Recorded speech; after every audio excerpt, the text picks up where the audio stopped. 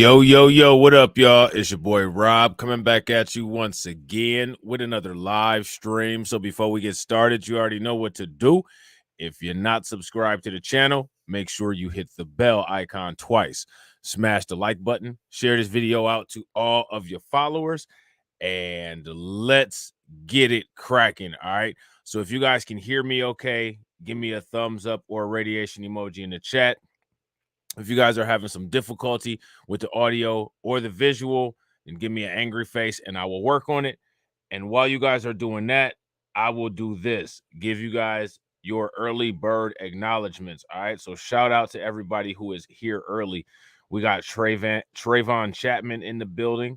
We got Hurricane IQ in the building.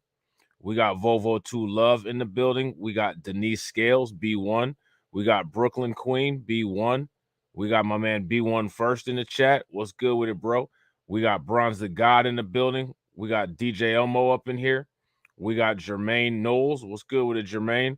We got YGLTB1. What's good with it, bro? We got my man AB Promotions in the building. What's good with it?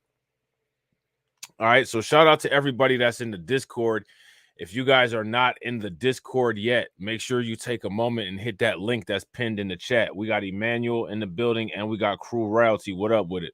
What's good with y'all? B1. All right. So shout out to Terrence because Terrence Jackson put some good articles in the Discord that we're going to go over today. All right. And I found some other articles that kind of supplement it, but I kind of want to go into it in a roundabout way. All right, but first we're going to go over some general things, like these people just stealing money. You know what I'm saying? Like Cori Bush weaponizing that Democrat value chain, all right? So we talked about this before, but we're going to talk about it again since we're bringing it into context here. I want to know if you guys know what the official definition of a value chain is. And if you guys don't know, if someone could just Google it, because it's an actual real term. I didn't make it up. If you guys Google it and put the definition, just copy and paste it into the chat, that'd be great. All right. Squad Representative Cori Bush faces increased pressure over campaign payments to husband for security services. So if I'm not mistaken, this had came up some time ago. And it must be coming back up. You know what I'm saying? It must be coming back up. Okay. Real quick, ladies and gentlemen, shout out to Hurricane IQ, the first stream sponsor for becoming a YouTube member.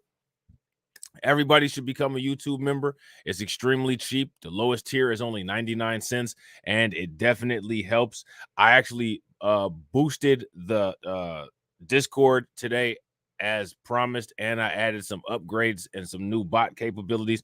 So hopefully you guys engage in the Discord and are able to take advantage of some of those new features that I put in. All right. Make sure you guys show some love for Hurricane IQ. Throw some radiation emoji in the chat.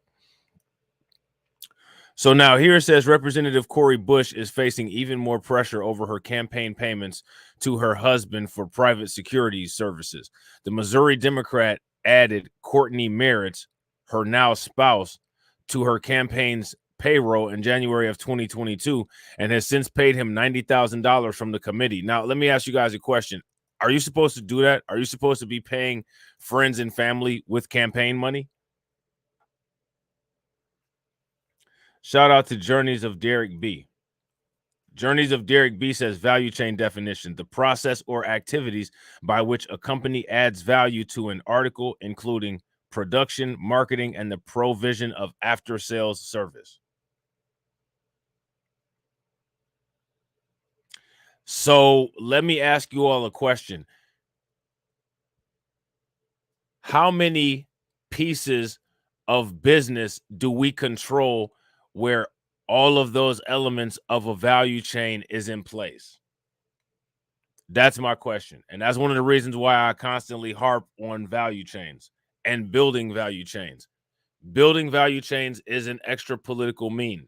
As long as you got politicians like Cori Bush, we talked about Bernie Sanders yesterday, as long as we got politicians like him, politicians like Joe Biden, politicians like Kamala Harris, we're going to always have to use extra political means, even if we weren't only 13% of the population. So if you ask me, that's one of the things that people should be looking into, is how to develop extra political means. Yeah, facts. Shout out to DJ Elmo. Vertical integration is a value chain. Now, here's my question. How many people know what vertical integration is and how it applies to business? So if somebody would be so kind as to put the definition of vertical integration into the chat, we can apply it to the value chain definition to see where exactly it fits in. Let me ask you guys a question. Is WS vertically integrated into the global economy? See, that's a good question, isn't it? Does anybody know the answer?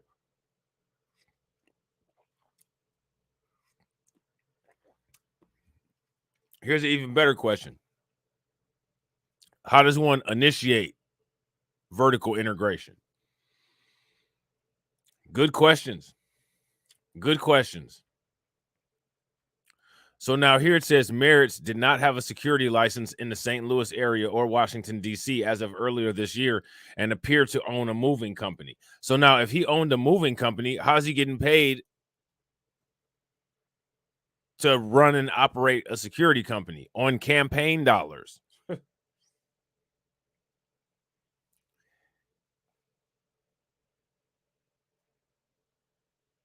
That's the question.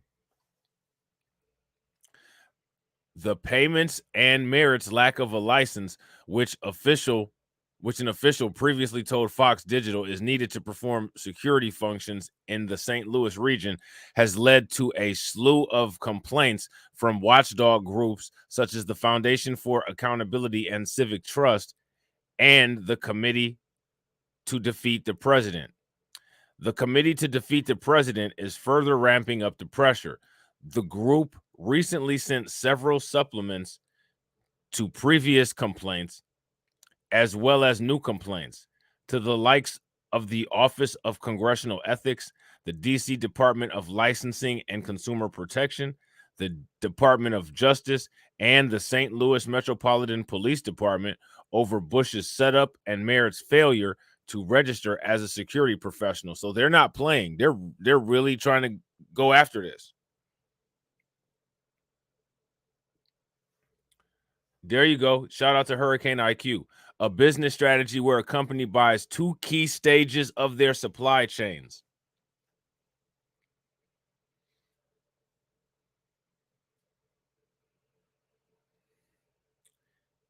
B1 first says two key stages of supply chain. Supply chain meaning raw material suppliers.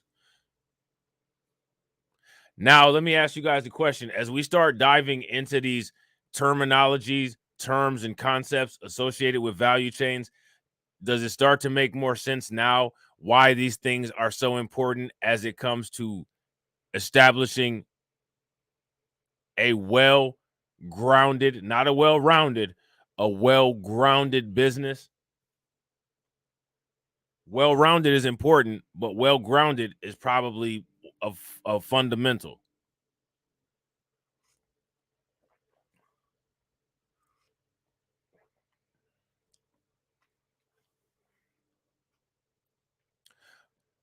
Let me ask you guys a question.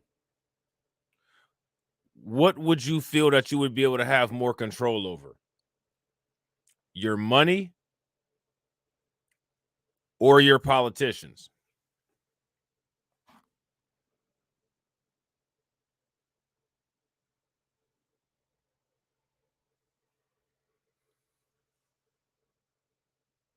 That's the question.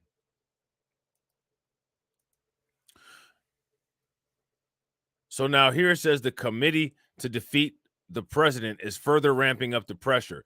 The group recently sent several supplements to previous complaints as well as new complaints to the likes of the Office of Congressional Ethics, the DC Department of Licensing and Consumer Protection, the Department of Justice, and the St. Louis Metropolitan Police Department over Bush's setup and Merritt's failure to register as a security professional.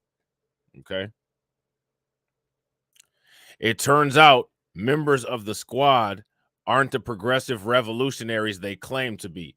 They're just run-of-the-mill beltway grifters. Ted Harvey, the chairman of Committee to Defeat the President, told Fox News Digital. Harvey said, look at this. Harvey said Bush is lining her family's pockets at donors' expense and breaking the local and federal laws in the process. All right. So now here's my question. How many people have heard of this organization called the Congressional Black Caucus Foundation?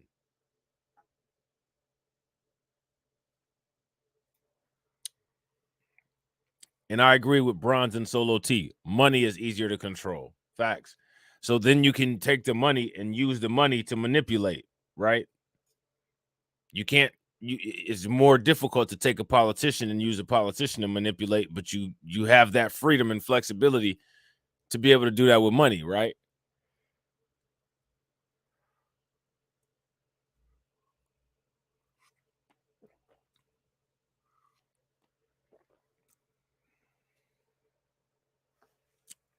Oh yeah, see, you guys gonna be busy today. Shout out to Deneen Soul. We got the second stream sponsor with the $10 super chat. Make sure you guys show some love to Deneen. Throw some radiation emoji in the chat. Definitely appreciate it, Deneen. I want somebody to look up the Congressional Black Caucus Foundation and let me know what you guys see. Hurricane IQ says, I heard of the Congressional Black Caucus only, not the Congressional Black Caucus Foundation.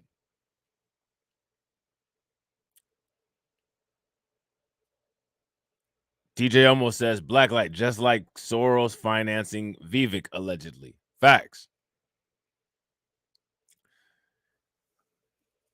Now, when you guys look up the Congressional Black Caucus Foundation, if you see any interesting articles,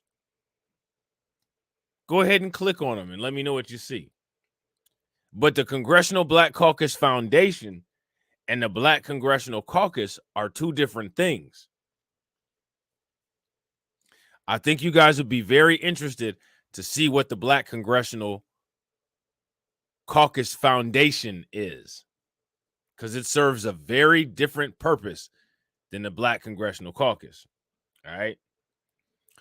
So now here it says she's either paid her ex-lover and now husband to perform illegal work or just paid him meticulously, he added. But either way, she broke the law and fumbled the cover-up. Americans deserve better, and our committee is determined to hold her accountable in Washington, D.C. and back in Missouri, the same way any Republican would be held accountable by the radical left. Okay. Bush's campaign recently switched the language of the payments amid criticism of the arrangement. From the time Merritt's initially appeared on the payroll until early April of this year, the campaign marked his checks as security services. So she was cutting checks, just not reparations checks. However, the campaign modified the reported expenditures from security services to wage expenses in mid-April, while the checks remained in identical amounts.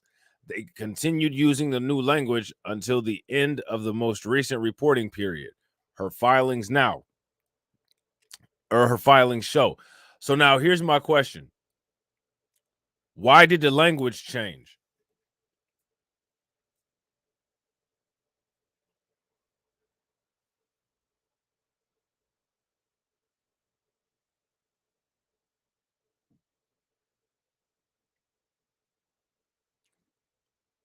Yeah, there's a lot of interesting stuff about the Congressional Black Caucus Foundation. One of the things that's even more interesting about it, John, is that it's not a government entity.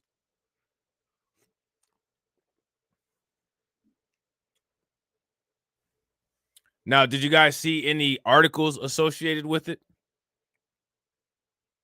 People possibly getting paid from it? Shout out to MC Fact. What's good with it? Because there's that. There's that. There's some people that have gotten paid from the Congressional Black Caucus Foundation. And then when you find out who those people are, then it gets even more interesting. And real quick, ladies and gentlemen, shout out to everybody that's watching. We got 40 people watching and we got 26 likes. If we could smash that like button and get those likes over 60 to get that algorithm working, that'd be great.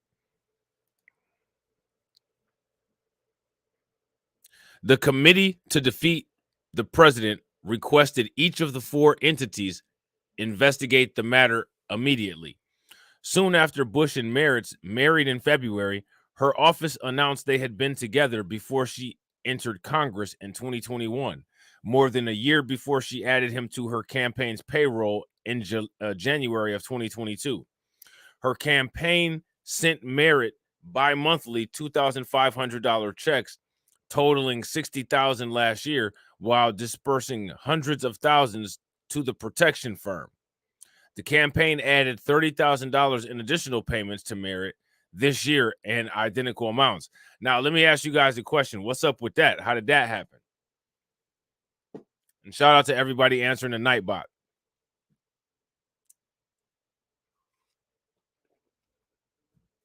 How did that happen? Shout out to my man Greets. What's good with it, bro? Soon after Bush, okay, we already read that. Merritt did not have a private security license as of late February. Fox News Digital reported individuals must have a permit to perform security functions in St. Louis and its neighboring St. Louis County, which encompasses Bush's entire congressional district, a local official said at the time. Merritt also did not appear in the Washington, D.C. database of licensed security specialists, and Bush's campaign did not respond to several prior emails on the matter. The payments have subsequently triggered at least 2 FEC complaints from watchdog groups. Okay. Even before adding Merritt to her payroll, Bush faced criticism for using private security. So now, why? Let me ask you guys a question. Why is Cori Bush using private security? Is she using private security because she's that scared of threats from the right wing? Or is there something else to it?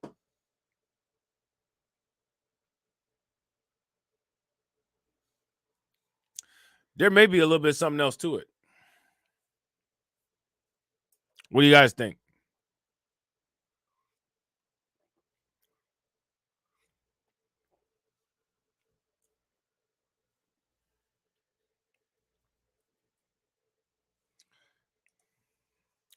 Shout out to Hurricane IQ. Hurricane IQ said the Congressional Black Caucus Foundation is very all lives matter, and the mission statement sounds very inclusionary. Now we're getting somewhere. John Guillory said, so TikTok gave money to the CBCF, 175,000 plus. Interesting. Now, why don't you guys do a search and see who gets paid from the Congressional Black Caucus Foundation?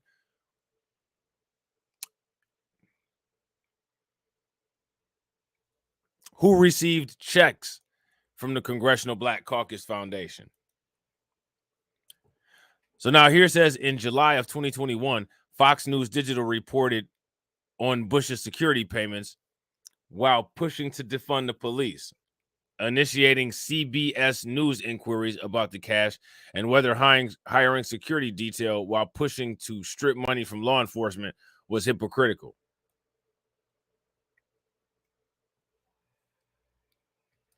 They would rather I die, Bush asked. Would you rather me die? Is that what you want to see?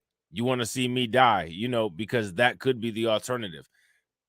I don't know if I would have answered that question that way.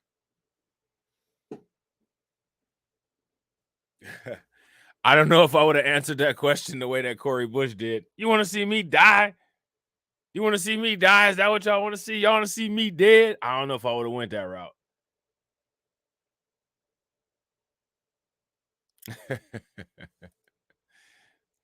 The progressive lawmaker said she would ensure she has security because she has had attempts on her life and has too much work to do. So suck it up, and defunding the police has to happen, she added. Bush's campaign did not immediately respond to a Fox News Digital request for comment. All right. So what do you guys think about that? Cori Bush is using campaign money to pay her spouse, and it looks like she's trying to hide the fact that she's doing so. She's not asking questions about it, or she's not answering questions about it. And then when she's confronted about it, she says that she don't want to die. Sounding like the Notorious Big second album.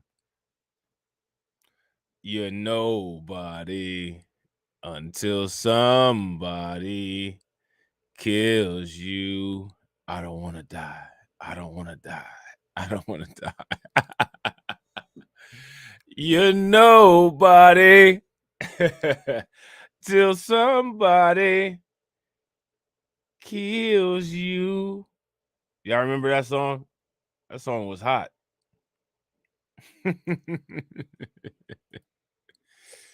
Oh, man.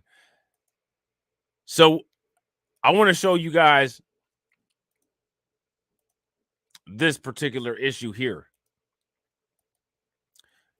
I want you guys to do some independent research on who's been getting paid from the Congressional Black Caucus Foundation. Because I think, and I'm going to give you guys a hint, I think that if Jim Clyburn doesn't want to answer questions about reparations, I think that Jim Clyburn should answer questions about the money that comes out of the Congressional Black Caucus Foundation. That's what I think. What do you guys think? Do you guys agree with me? If you agree with me, give me a thumbs up. If you disagree, give me a thumbs down.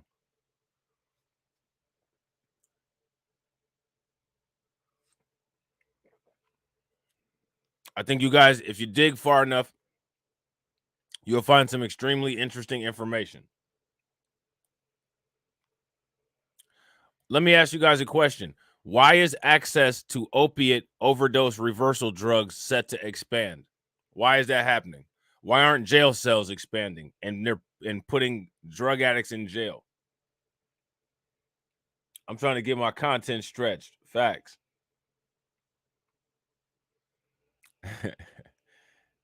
I'm trying to get my content stretched. I'm trying to get my content stretched and eat up these super chats.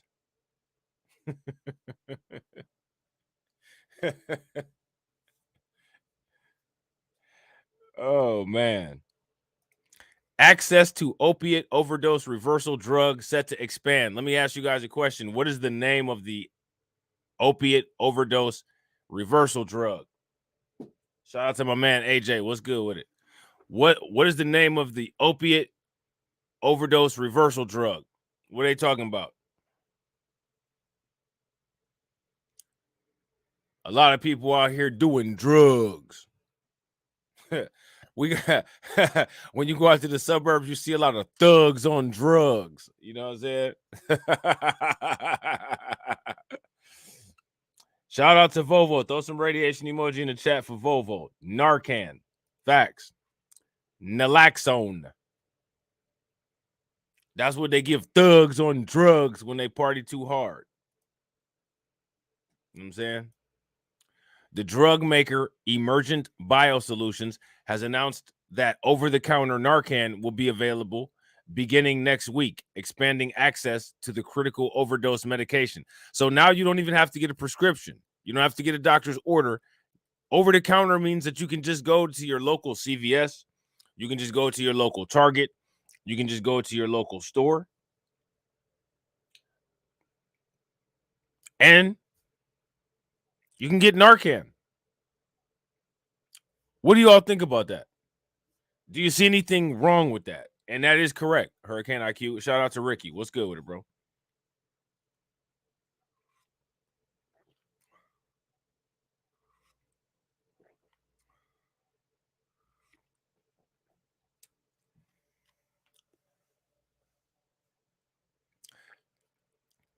That's a hell of an accommodation, isn't it?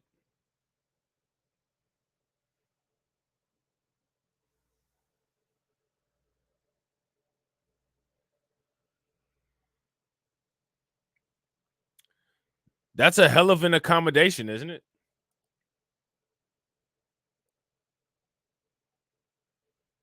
The company said this week that the 4 milligram spray will be available on shelves nationwide and online beginning in September. The Food and Drug Administration approved the over-the-counter OTC version in March.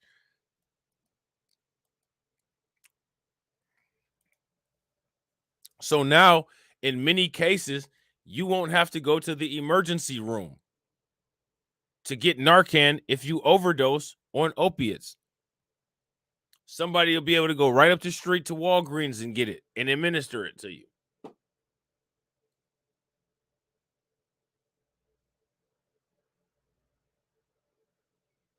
What do you guys think about that? Was there any accommodations made like that during the crack epidemic?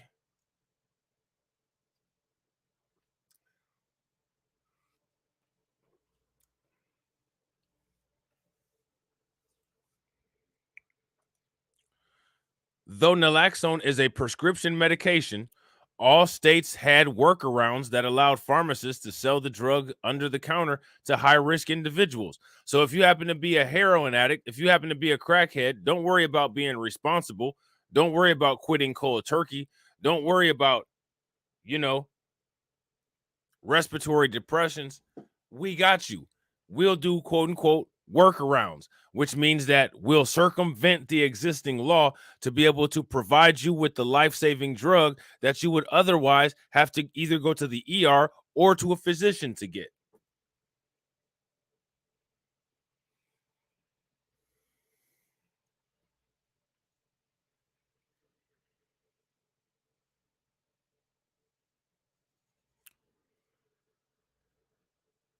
What do you guys think about that? Paying out of pocket without insurances, most people pay up to $130 and $140 for a two-dose box of Narcan. All right, now this is what I want you guys to pay attention to. I want you to pay attention to the price accommodations.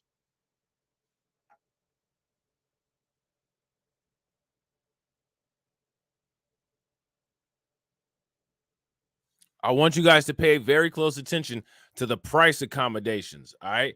Because this is extremely important. This right here is how you know that nothing really matters.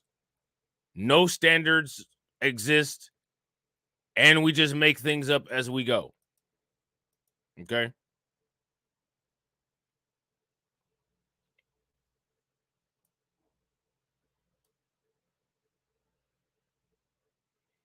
Okay?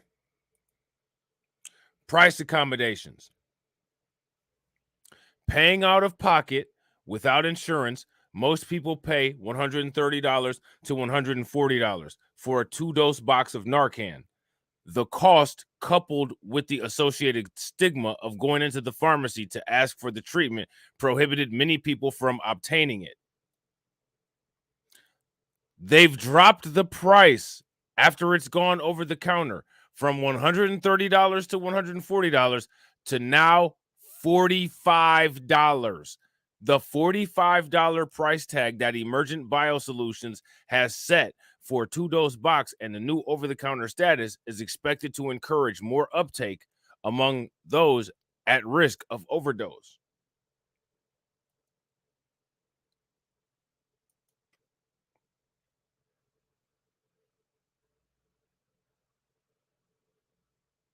What do you guys think about that?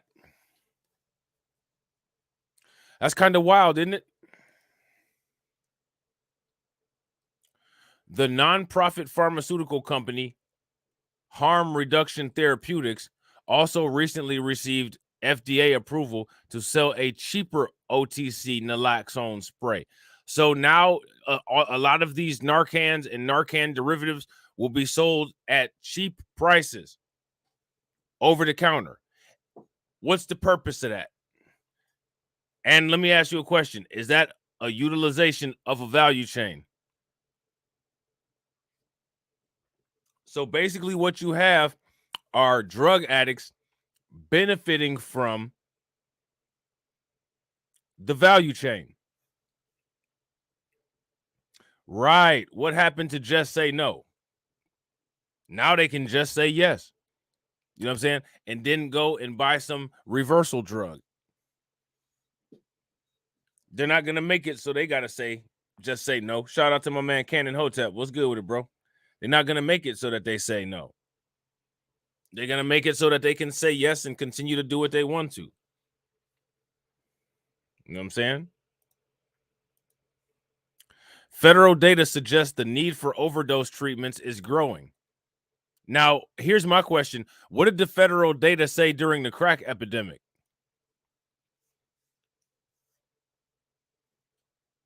Did the federal data say anything different than this during the crack epidemic?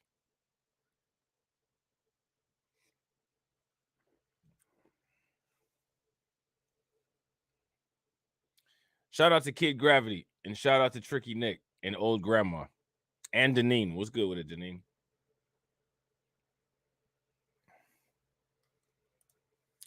Federal data suggests the need for overdose treatments is growing. Let's break that down. First of all, why is the need for overdose treatments growing? That should be a very easy question to answer. So let me get the answer for that. The need for overdose treatment is growing.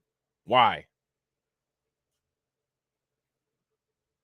That should be an easy one.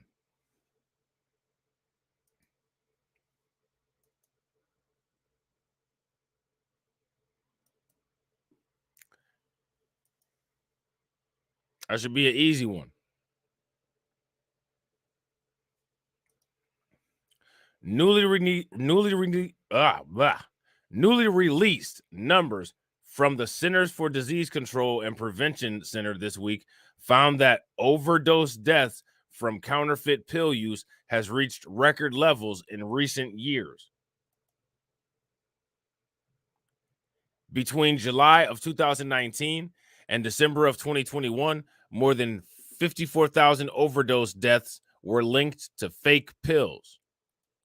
Here's an even better question.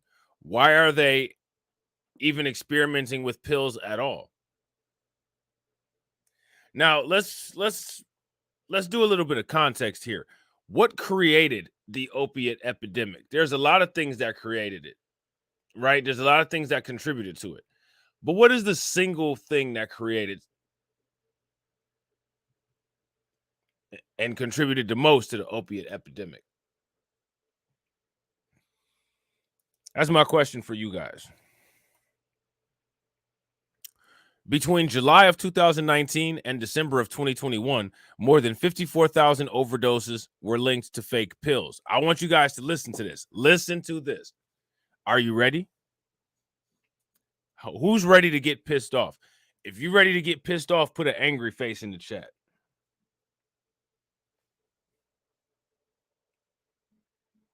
If you're not ready to get pissed off, let me know. Put some stop signs in the chat. No, Rob, I'm not ready.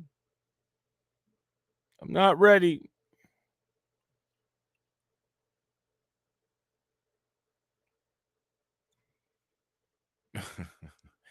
I'm not ready.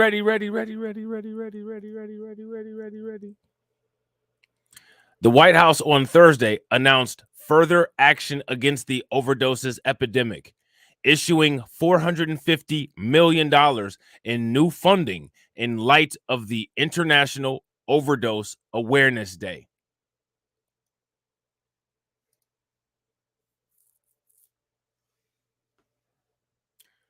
Unreal.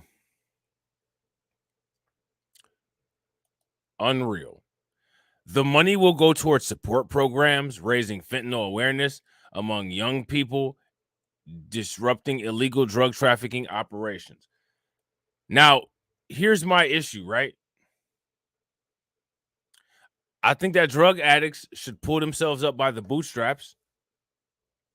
More government trap houses coming soon. Facts, Cannon. Facts. And I don't do drugs. So what I'm trying to figure out is how does somebody's overdose affect me while I'm alive today? Oh, yeah, absolutely. Shout out to Torian. And yo, you should drop the link of that stream in the chat because that's definitely good reference information. Torian says, do you remember the stream that I did on the $17.3 billion distribution from these major companies nationwide involving the opioid plague? Now, let me ask you guys a question. Do the weaponization of value chains and all money ain't good money go hand in hand? See, that's the question. See, so now you got to go back and watch all of the all money ain't good monies, right? And then figure out where the value chains come into play.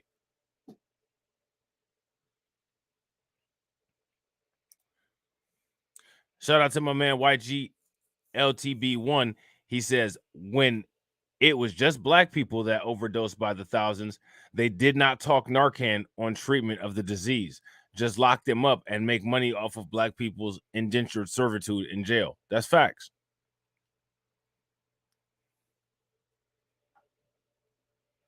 Over medicating mild pain is one of the major things that sparked the opiate epidemic.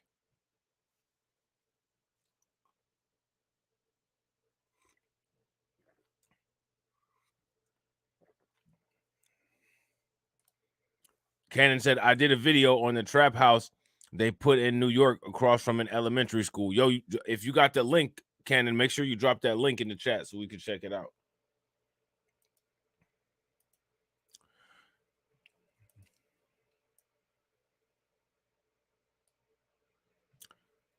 So, how are people not able to tell counterfeit drugs? I'm going to tell you how. They're jonesing and they need their fix so damn bad they'll buy anything and sniff it, snort it, smoke it,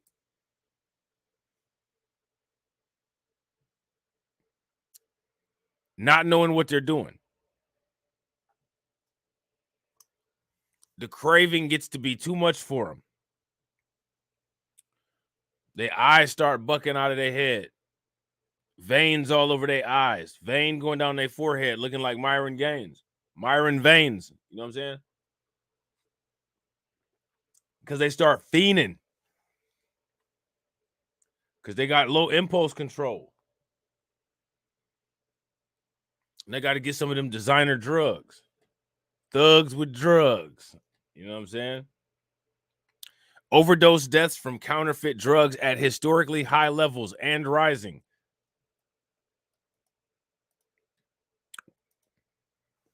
Okay, lock everybody up.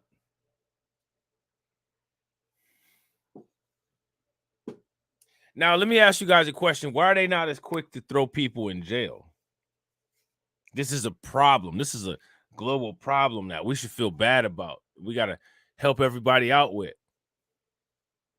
Nah, lock them up. Lock them up. Throw away the keys. That's how I feel. Lock them up. Slap the cuffs on them, Dano. Overdose deaths from phony drugs are at historically high levels and are continuing to rise, according to new data from the Centers for Disease Control and Prevention. The CDC report conducted between July of 2019 and December of 2021 found evidence of fake pill use and overdose deaths more than doubled during this period and tripled in the Western United States. So out on the West Coast, they getting busy.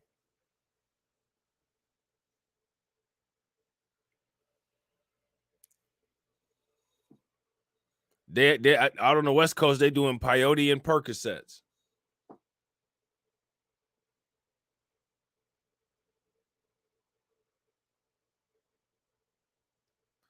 They getting real busy out there. And as it should have been, Torian. The war on drugs was definitely a part of the Black Massacre. You know what I'm saying? It was planned strategically, and a lot of it was orchestrated by the United States government. Because the United States government is dirty.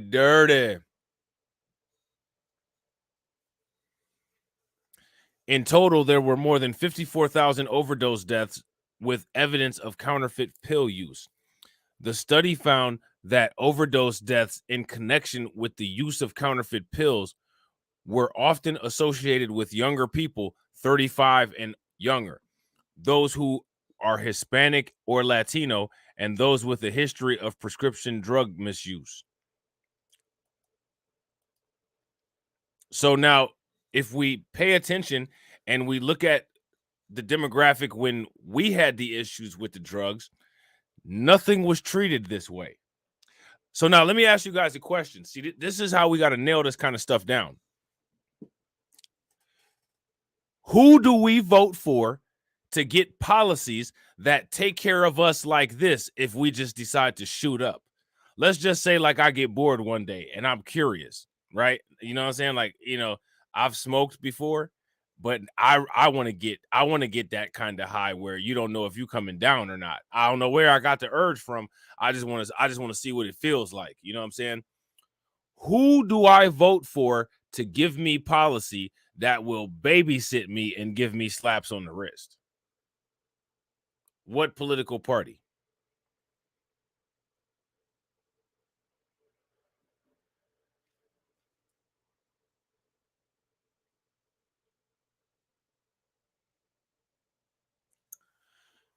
Who gonna do it? I'm about to do it right now. I done found the vein, y'all. I got the tourniquet tied tight. So, okay. So shout out to Cannon Hotep and shout out to Deneen. They both said none. So then where's this coming from? Where's this stuff coming from then? Who's making these decisions? Somebody hurry up and tell me before I be having something sticking out my arm. See, look, listen. Y'all hear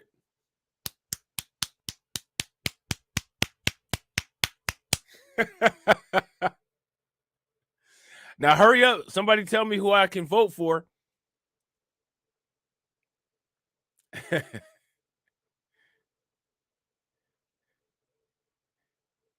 Tell me who I can vote for. And I'm sorry to hear that, Shamika.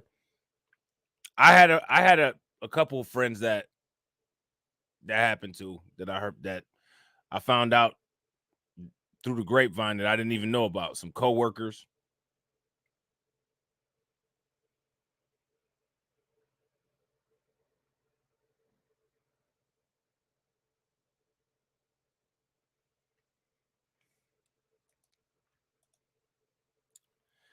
Make sure you guys show some love, ladies and gentlemen, to my Mad Kid Gravity, 6-month member. Yo, if you guys are members and you got your milestone chat, throw it up. Throw it up. Throw it up. And real quick, ladies and gentlemen, shout out to my man YGLTB1 with the $9.99 super chat. YGLTB1 says, WS is vertically integrated into the global economy. Boom. You hear that, DJ Omo? WS has an inaugurated in the government, armed forces, and the industry complex to maintain dominance with omnidirectional control with said entities above. Facts. An excellent way to put that. Worded wonderfully. Shout out to Deneen. Show some love. She's been supporting the channel for 4 months. And shout out to my man, Mike Mellis John, who's been supporting the channel for damn near a year. Throw some radiation emoji in the chat. These are the people that make it to where I'm able to do this as often as I do at the quality level that I do. And not to mention people like AB Promotions and AJ, who constantly support on Cash App. You know what I'm saying? So definitely appreciate everybody. AB said, "Did you get the vein?" Yeah, I got it, bro. I got it. That's why you don't hear me nodding off right now. I'm gonna start talking and then not making sense. I'm about to start doing like this. The study found that more than half of the deaths with evidence of fake pill use were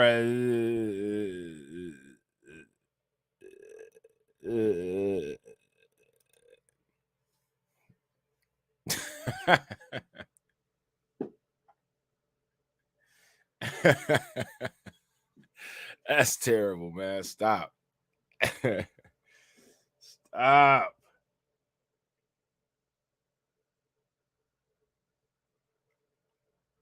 Stop it. Deneen said, I sound like Joe Biden.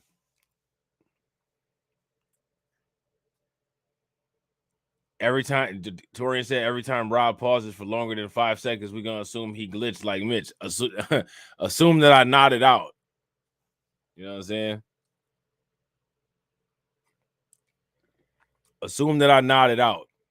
Like I'm bent, you know what I'm saying? Like my torso is bent up like a candy cane and my mouth is wide open and my neck is fully extended backwards. And then I pop back into being awake. Like, yeah. So anyway, this is where we was at.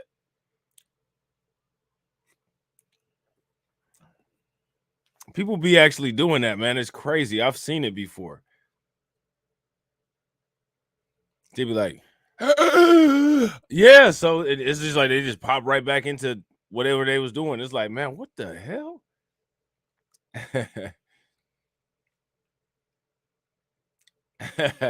Care Gravity said, pause.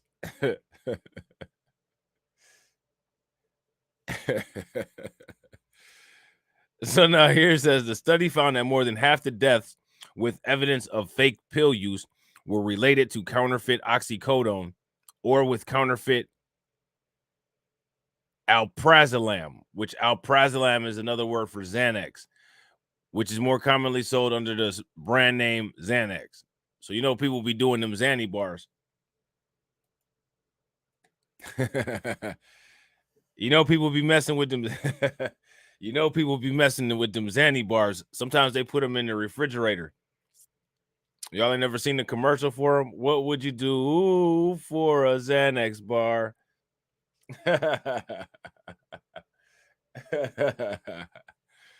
Oh, man.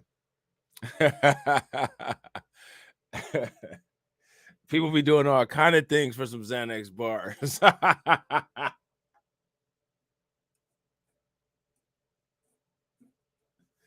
Oh, man. What would you do for a Xanax bar? You know what I'm saying? Pull that bad boy out the refrigerator or out the freezer. The mist just hits you right in the face. It's got the foil on it. You just pull the foil down like you peeling a banana. Dip it in caramel and toffee. You know what I'm saying? Oh, man. Facts. The value chain is in effect. You know what I'm saying? Make sure you guys show some love to my man AB Promotions with the $4.99 super chat. Them Xanax bars. You know what I'm saying? I might try the cookies and cream one today. I might try the cookies and cream and the Reese's flavor one today.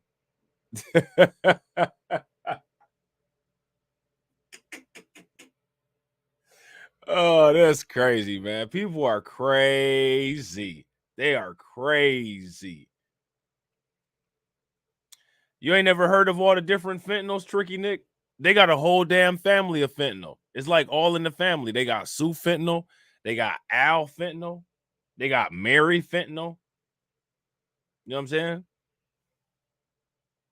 They got a whole damn family and shit. You look at all the different kind of chemical derivatives of fentanyl, you would think you was looking at a family picture. Al fentanyl be sitting up there like this. Love and marriage go together. I don't know how that shit goes. Something like a horse and carriage. This I can't deny. Now I'm about to get high.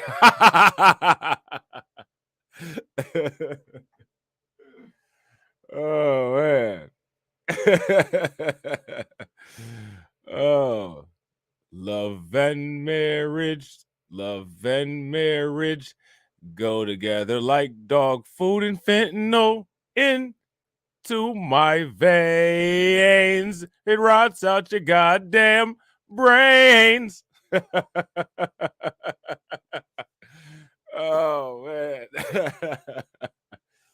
That's hilarious.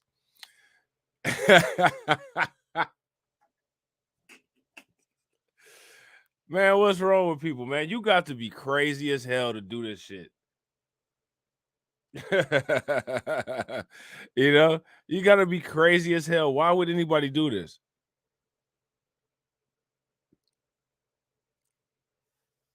Yeah, that's what happens. That it goes the CD player just goes from song to song to song.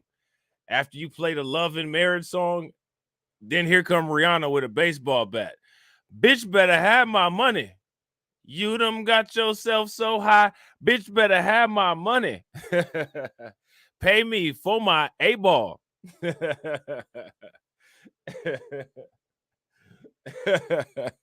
Oh man. She said, pay me for the brick. Man, what's wrong with these people, man?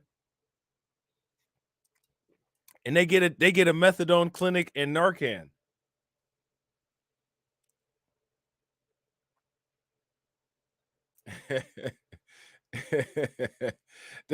they, they get a methadone clinic in Narcan. Shout out to LJ. Yeah, what's up with it? You know what I'm saying? Like that's crazy. The study notes that the counterfeit pills are made to look like the legitimate pharmaceutical pills. They don't look like legitimate pharmaceutical pills. I'm gonna tell you, I'm gonna be 100% with you. They don't look like legitimate pharmaceutical pills. They're lying. These people will do anything. You know what I'm saying? They'll crush up some damn Tylenol in a pill crusher and sniff it and think that it's Percocet. Dummy rocks. You know what I'm saying? Y'all, how many people heard of dummy rocks? They out here shooting blanks. You know what I'm saying? Shout out to Brooklyn Queen 125. Make sure you guys show some love. Throw some radiation emoji in the chat. She says, "You're hilarious, Rob. Thanks for always bringing the knowledge." Yo, you already know what it is. I appreciate it. I'm always joking around. That's why I always tell people I'm not trying to be funny, because sometimes I don't be trying to be funny. You know what I'm saying? Yeah, them dummy rocks. Them dummy rocks. That's when you sell somebody some fake drugs. That's when you sell somebody some fake dope. You know what I'm saying? That's what this is. These are fake ass pills. They put these pills in a printer, in a pill printer, in a printing press, and then they boot them up with some type of fentanyl. A lot of times, like anesthetic strength fentanyl or like a tranquilizer strength fentanyl. And that's why people end up dying of overdoses, because a lot of times the solvent, the boot up chemical, is more potent than the actual drug. Fentanyl is real strong. You know what I'm saying? But you can always tell some real pills if you just Google what's printed on them. Like if you look at the back of a pill and it says A453A, type that into Google and it'll tell you exactly what kind of pill it is. You could test it out by, if you have some Tylenol or if you got some ibuprofen in your medicine cabinet, go grab one of them and type it into Google. It'll pull up everything about that pill. And a lot of times the printing presses don't have the letters for the prescription drug on the pills, because a lot of times they change.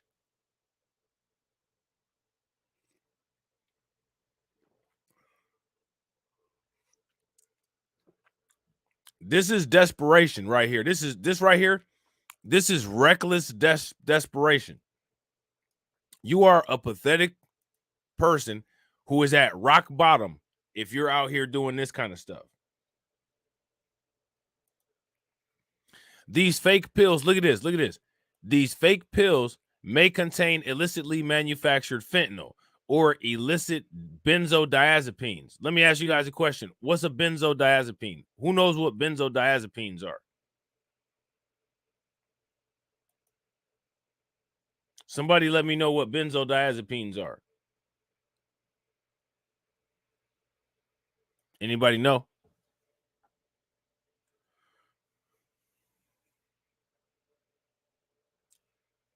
Who knows what the benzodiazepines are? Who knows what the benzos are?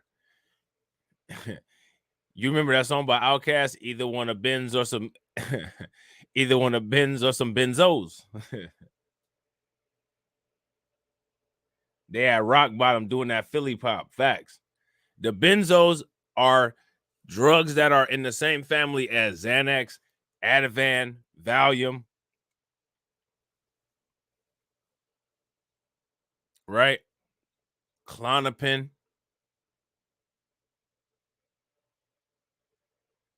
Those are benzodiazepines. They're usually anti-anxiety, antidepressant drugs that are scheduled, controlled. Yeah, shout out to Mike Mellis John. Anti-anxiety medications. Powerful, controlled anti-anxiety medications. People steal those and they sell them. They sell them individually, or you can use them to boot up other substances. You know what I'm saying? So now here says the fake pills may contain illicitly manufactured fentanyl or illicit benzodiazepines, which increase the risk of drug overdoses among users, unaware of what they are taking, which you are aware of what you're taking. The only thing that you need to know is that you shouldn't be taking that shit, but because you become such a fiend, you're taking it. Like, there's no excuse for this.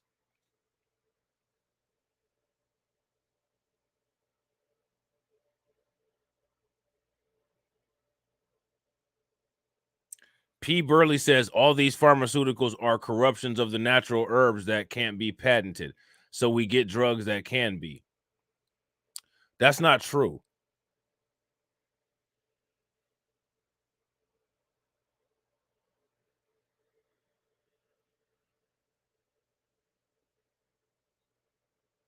All pharmaceuticals aren't derivatives of herbs.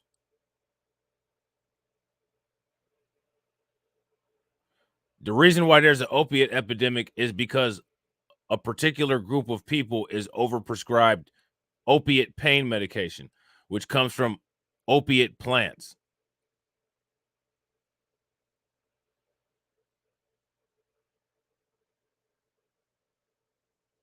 Opiate substances, regardless if it comes from a natural opiate plant like morphine or if it's synthetic like fentanyl or dilaudid, they have addictive properties, which is why they're scheduled. There's nothing stopping anybody from going outside and chewing a dandelion stem. Do you really need government intervention to go into your front yard and pick a dandelion stem and chew it? No.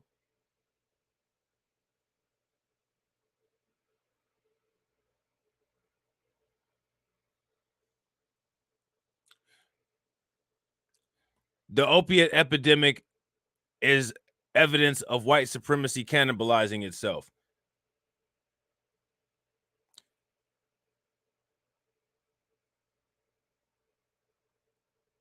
In the medical industry, white people's pain has been so over prioritized that they've given all of the controlled medications and overprescribed them so much that they've created a generation of zombies.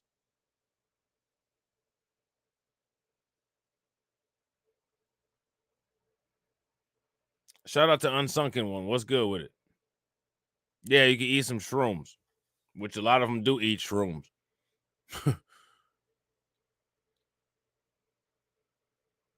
I'm surprised. Never mind. Never mind.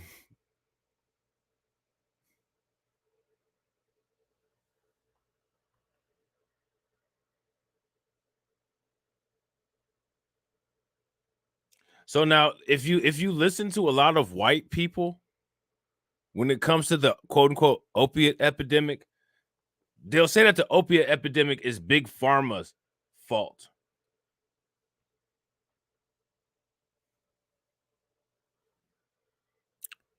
That's because of big pharma. Everybody's dying because of big pharma. How is it big pharma's fault?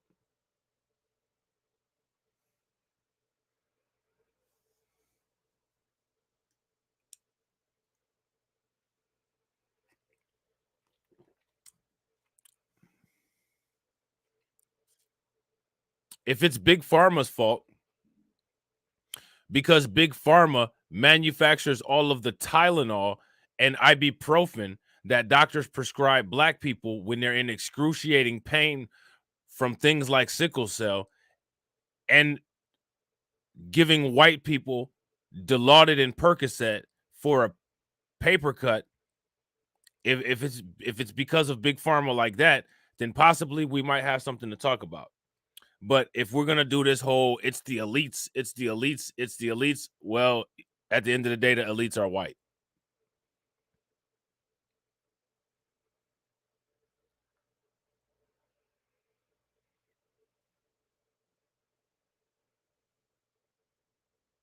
And the opiate epidemic is nothing more than the results of quote unquote a situation similar to eating too much food. Everybody else barely has enough to eat, but we gave you so much steak because you get prioritized so highly over everybody else that now you've started to destroy your intestines because you've eaten so much steak. They want to make it so public, plain, and clear that they treat these people so good, so much better than everybody. Congratulations, you've strung them all out. You've literally burnt out their opiate receptors. And then want to turn around and blame it on Big Pharma. Anytime anybody's around and they want to try to blame this on Big Pharma, just imagine I'm be hanging upside down somewhere right near you, close to you, to remind you that is not Big Pharma's fault. I don't think one penny should go to anybody who's suffering from the opiate epidemic. I think that people that are suffering from the opiate epidemic should get the same fate that people who dealt with the crack epidemic got. The opiate epidemic and the crack epidemic are both drug epidemics that resulted from weaponization of racism, targeting one group for pain, targeting the other group for pleasure, both ending in destructive results. However, one of those groups gets coddled, the other group is still in jail.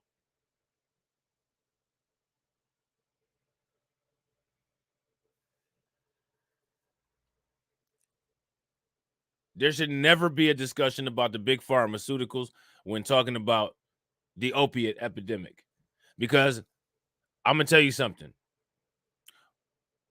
White people that fill up insulin syringes with liquids that have no business in their brains don't get those liquids from pharmacies.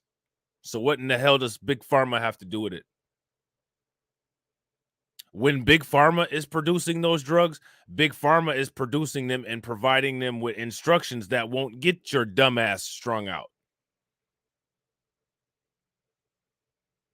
You'll never go to Walgreens and read on an instruction sheet to inhale your Percocet, but you do it anyway. Show me the instruction pamphlet where it says to to inhale Percocet. Administration instructions: crush up Percocet, form it in a pyramid-shaped mound, take out a dollar bill and sniff it in each nostril. Show me the instruction pamphlet where it says to do that at. Who's selling it like that? CVS, Walgreens, Target. Where's the instruction? What pharmacist is telling you to go do that?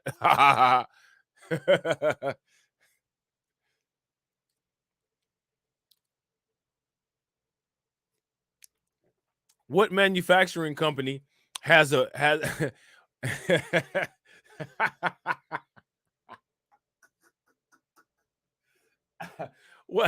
what what manufacturing company has a pamphlet inside of it that says use cotton, you know what I'm saying, and draw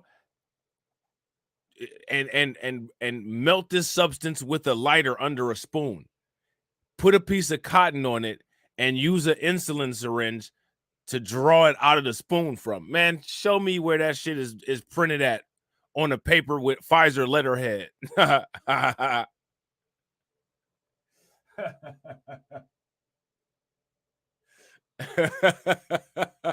Show me where that's at. You ain't gonna find it. You ain't gonna find it.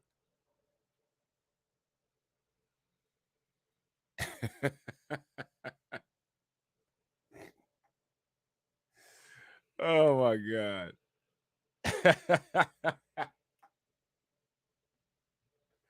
There's no instruction. There are no instructions that tells you to put anything in a glass pipe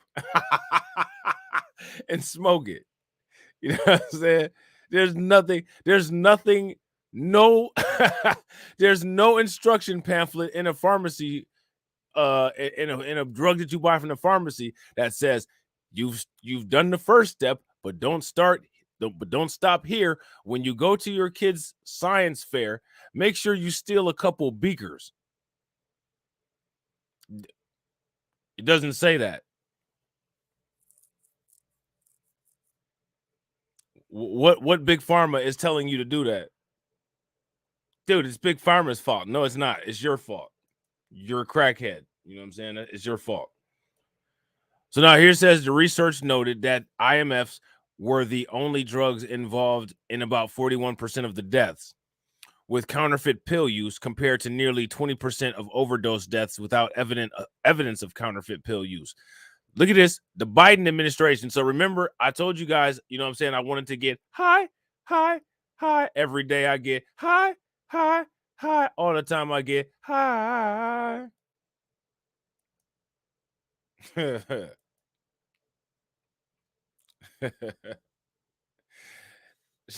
Shout out to Styles P. You know what I'm saying? I want to get one of them. I want to get an opiate smoothie from his juice bar in Yonkers. You know what I'm saying?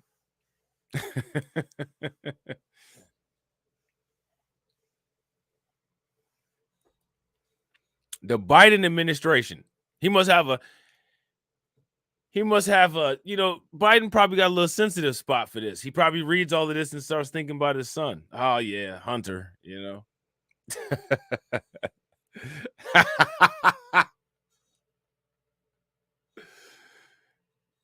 Except for he says it like old and dumb. Oh, Hunter. Another article about Hunter. This article ain't about Hunter, dummy.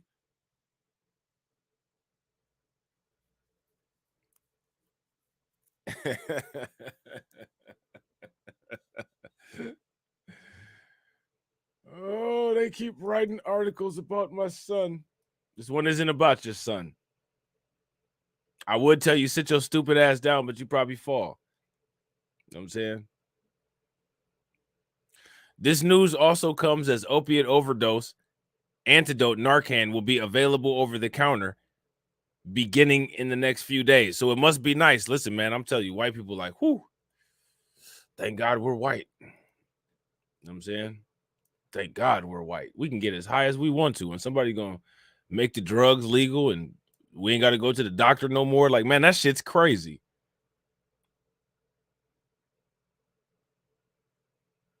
What about Big Pharma doing that?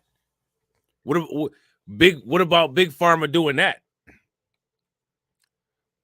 All these unaccountable people out here want to blame Big Pharma for them deciding to shoot dog food into their veins, but they're not thanking Big Pharma for making Narcan available for their nostrils. What's up with that? Shout out to my man Moxie Approved. What's up with that? Now, y'all saw that video that TD Hip Hop Media did, right? Where he was talking about the Chinese immigrants. If you guys saw that video, give me a thumbs up. If y'all didn't, give me a thumbs down. All of a sudden, it's a bunch of Chinese illegal migrants.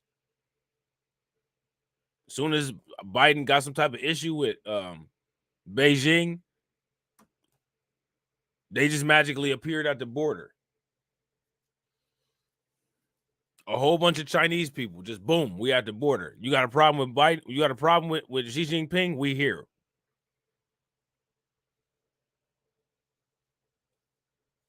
That's like that shit that Kid Gravity played.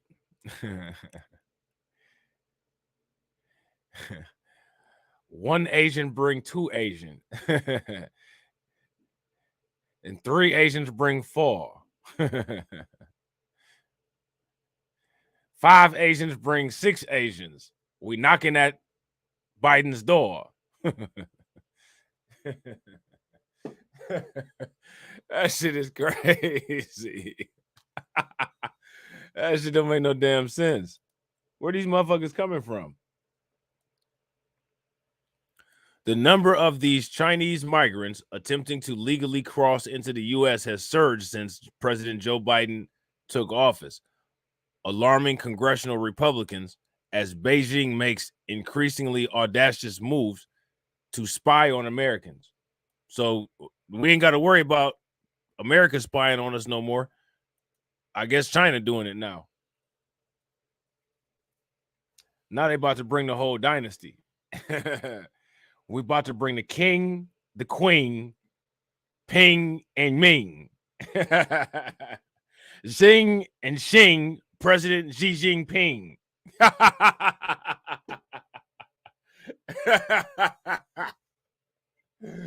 Oh man, that's dumb.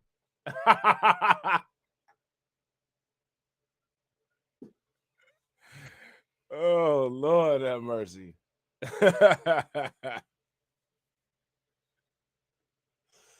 Oh man.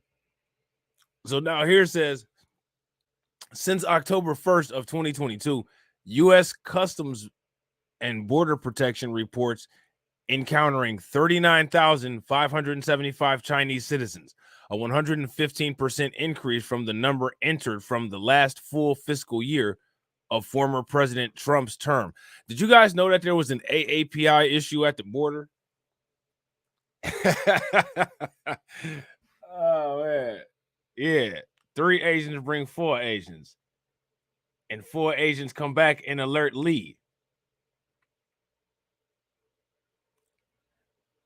5 Asians get 6 Asians and get nukes from Xi Jinping.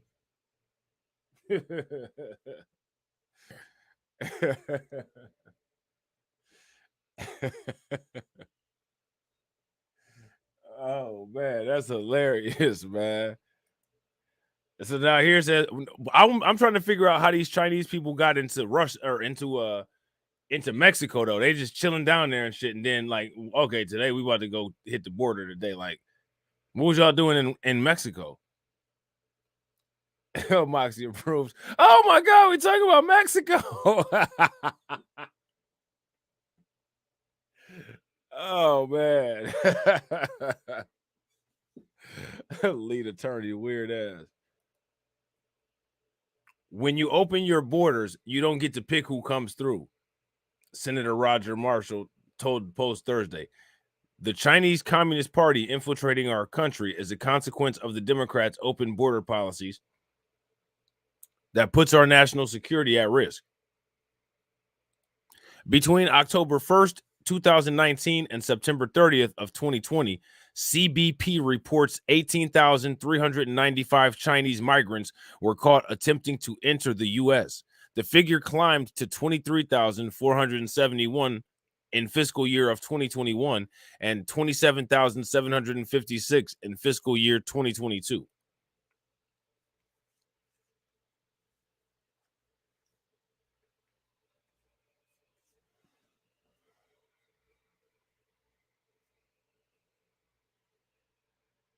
Where are they coming from? And why are they coming here? Within 2 months, still to go before the fiscal year ends, the number of Chinese migrant encounters is already up 43% over the number encountered in all of fiscal year 2022, driven by at least 4,000 stops per month beginning in March of this year.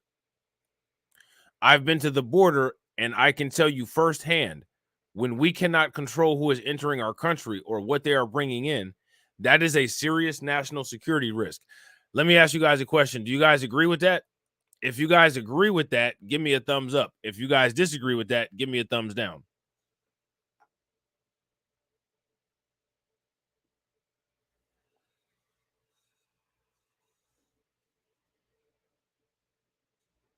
And shout out to everybody hitting the night bot. Appreciate you guys. Senator Deb Fisher told the Post the CCP is constantly looking for opportunities to infringe on our sovereignty, and President Biden's border failures are a welcome invitation for any of our adversaries to potentially exploit. The C-19 pandemic likely played a role in the relatively low tally of Chinese migrants encountered in the fiscal year of 2020. Experts have said, noting Chinese President Xi Jinping issued exit bans blocking people from leaving the country, while the Trump administration issued the Title 42 policy allowing authorities to quickly turn away migrants. However, many of those policies continued into Biden's tenure, suggesting the recent spike is directly attributable to Biden's lax border policies. The State Department in June reissued an advisory warning Americans traveling to China that the exit bans were still being enforced and border agents were still using Title 42 to remove migrants until it expired in May of this year. Biden's self-inflicted border crisis is inviting China, our greatest adversarial threat, to infiltrate our country and jeopardize the safety of the American people, said Representative Jody Arrington. This administration's disastrous policies aren't just harming Americans, they're emboldening our adversaries. Now, let me ask you guys a question. Where are these Chinese immigrants going? Where are they getting where are they being put up at? And real quick, ladies and gentlemen, if you guys haven't smashed that like button, please make sure you guys take a moment, smash that like button. Also, if you guys haven't hit the bell and subscribed, make sure you guys take a moment and hit the bell and subscribe. And if you're not getting notifications, make sure you become a member of the Discord. And you can do that by hitting the link that's pinned in the chat.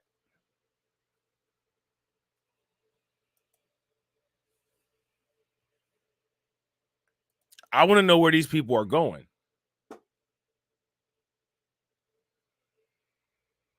Where?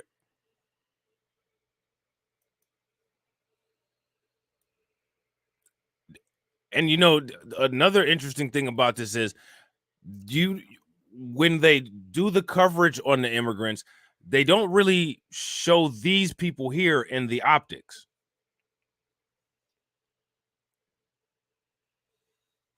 These people aren't really shown very often in the optics. Would you guys agree?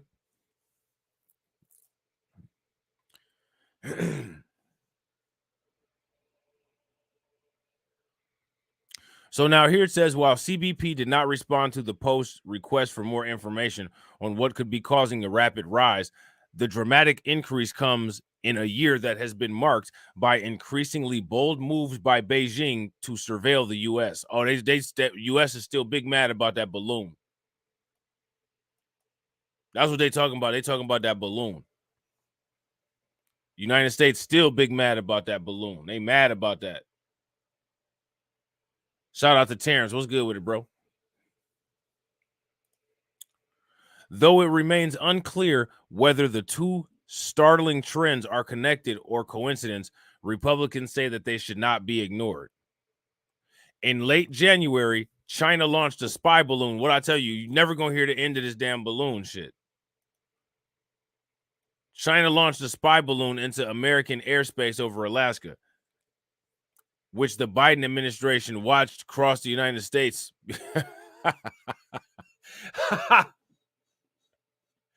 Why they write it like that? Biden was just sitting there like, oh, look at the pretty balloon. And he had somebody from the military next to him was like, Sir President, that's not a birthday balloon. That's a highly advanced spy balloon from the Chinese Communist government. Joe Biden probably like, oh, I thought it was someone's birthday. It's so high up and pretty.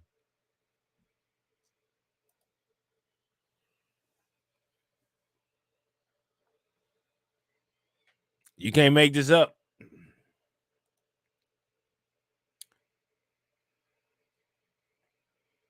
We have no idea how many terrorists or foreign spies have taken advantage of Biden's open border policy to gain unlawful entry into the United States. Senator Marsha Blackburn, Republican of Tennessee, told the Post.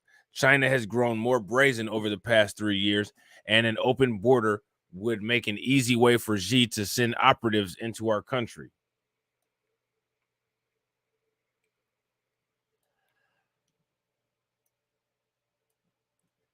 Let me ask you guys a question. Do you all feel that there's operatives in the country? Biden is dumb. That balloon was floating around for so long, man. They could have sprayed all kind of shit into the atmosphere. It was just sitting up. It was just floating around. It was just sitting there floating. You ever seen like one of those helium balloons get away and it just be floating away in the air and the tail just be dangling? That was what was happening with that Chinese balloon, and they're just sitting there staring at it. And then they went and got a whole drone. They got a big ass military drone to shoot down a damn balloon. A balloon.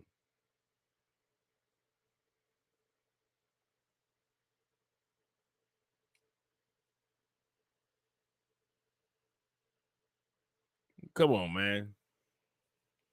Come on, dog. Come on, man.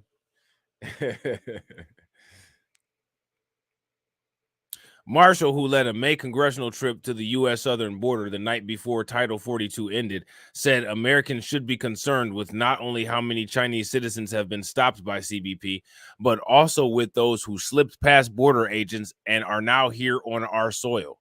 We have no idea who these people are and why they're here, but if the CCP actions under the Biden administration are any indication, it cannot be good, Marshall told the Post.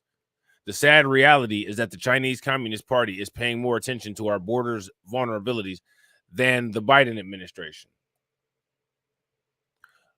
What do you guys think about that? Is that true? Is that what we're dealing with out here?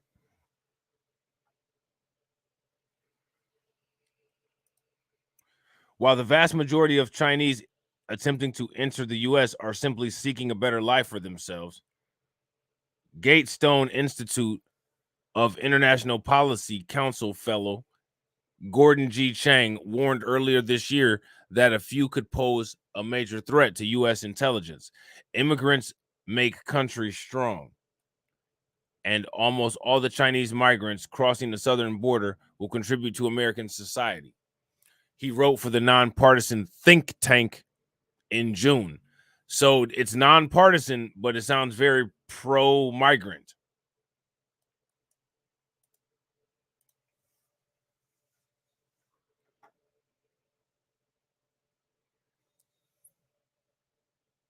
They claim that this is nonpartisan, but it sounds very pro-migrant. We should look at this real quick. I'm gonna take a quick look at this.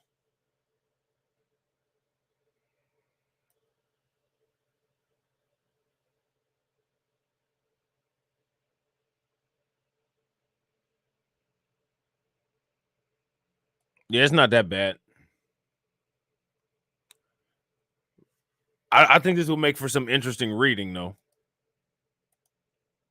And I know that, this whole immigration thing is a hot button issue. All of a sudden, everybody's interested in immigration, man. Everybody's interested in what's going on with immigrants. When did that happen? When did people worrying about immigration become become a thing?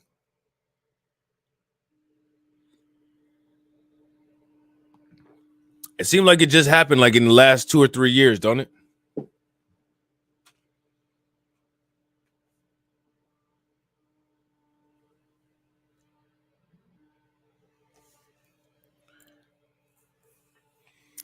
It used to be something that a lot of white people said. But what I think is interesting is that now that black people are saying it, you don't really hear white people saying too much about immigrants. They might, say once in a blue moon, but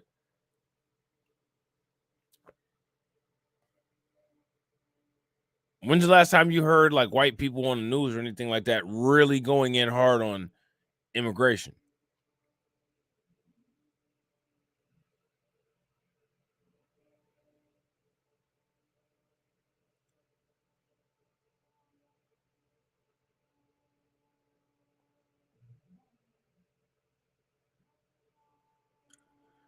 That's my question. Let's do the time frame.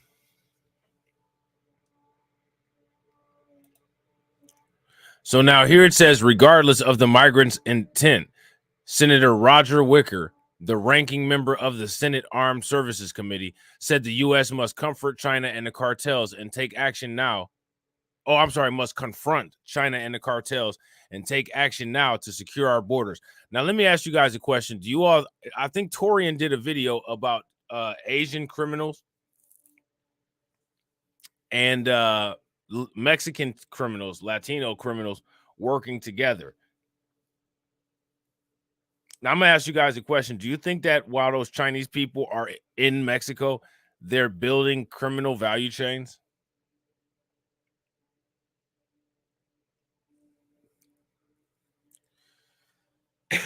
If you guys think that they are, give me a thumbs up. If you guys think that they're not, give me a thumbs down. I think we're going to eventually look at this Gatestone Institute International Policy article here just to see what they're talking about. We ain't going to look at it today, but it might be the next thing that we look at.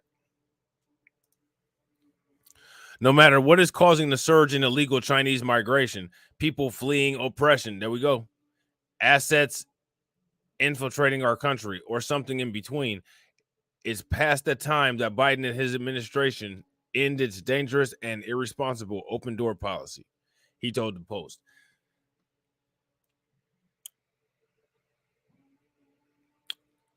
Let me ask you guys a question. What is the end game of these quote unquote open door policies?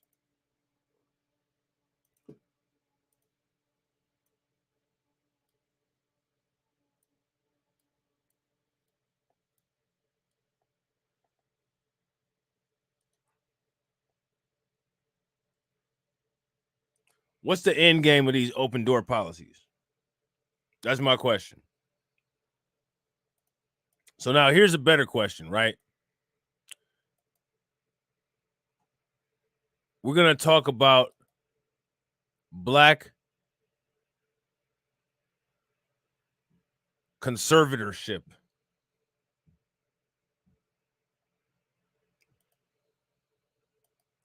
Now, here's my question. What does that mean? A lot of people been paying attention to what's been going on with those people that are involved in that Blindside fiasco. Britney Spears had a conservatorship, right? Here's my question for everybody in the comment section. What is a conservatorship? Give me the definition of it. Tell me what it means. Tell me how it's used. This is important.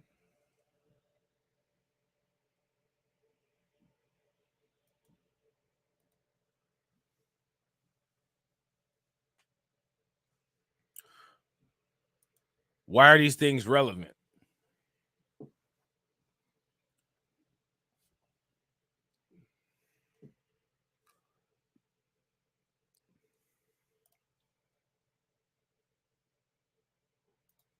Hurricane IQ says it's when you give someone else control of your finances.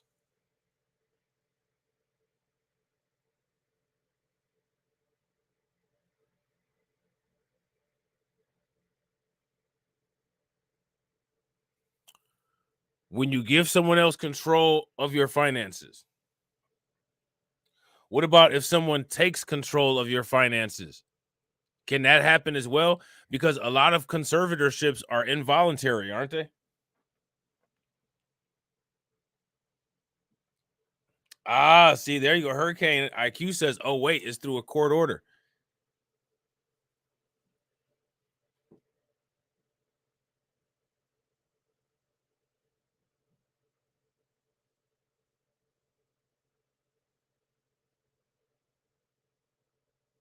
Someone else is assigned to be in charge of your adult decisions. Now, here's my question. Who gets assigned and who makes that assignment? Now we're getting somewhere. Can someone assign themselves to do it?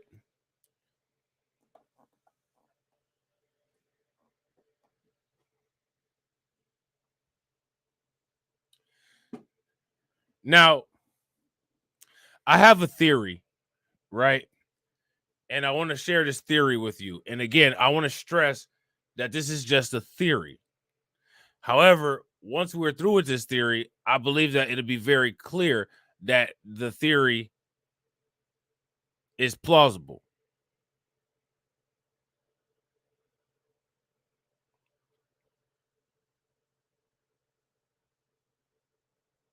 Okay.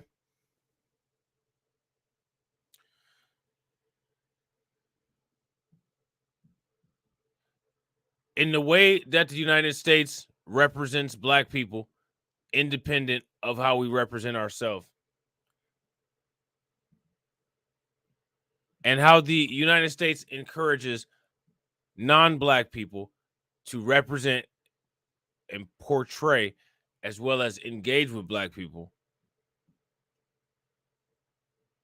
Would you say that the United States has created an image of Black people who are competent, intelligent, and capable of autonomy and self-management?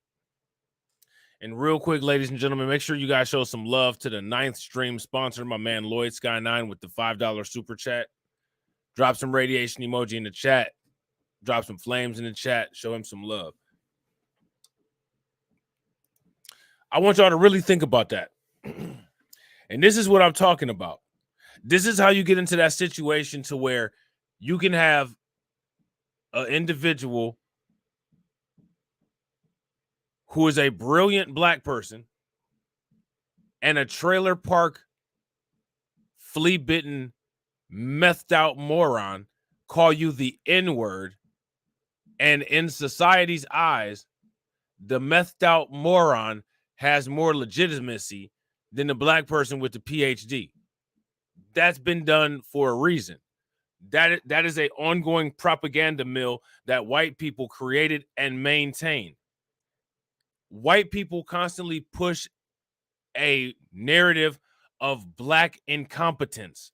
It's one of the reasons they attempt to attack Black people's IQ. It's one of the reasons why they rewrite history and attempt to say that Black people can never organize a civilization. It's one of the reasons why they wrote the bell curve. It's one of the reasons of how they legitimize or attempt to legitimize their genetic racism.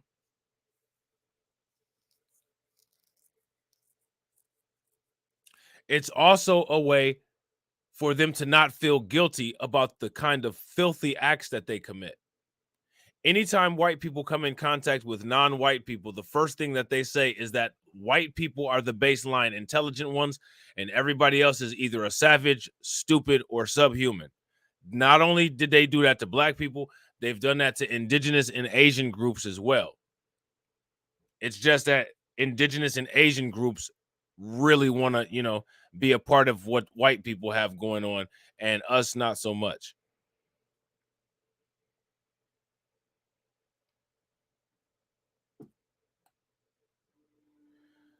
So white people have created an environment as to where any amount of harm can be done to black people. And as long as a white person, who white people have created their own propaganda mill to say that they're superior, they can forego ethics and say that what they did was good at the moment. Slavery was good at the moment. Genocide of indigenous Americans was good at the moment. You hear people like Matt Walsh saying this kind of stuff all the time. Ron DeSantis says it all the time. Abraham Lincoln said it.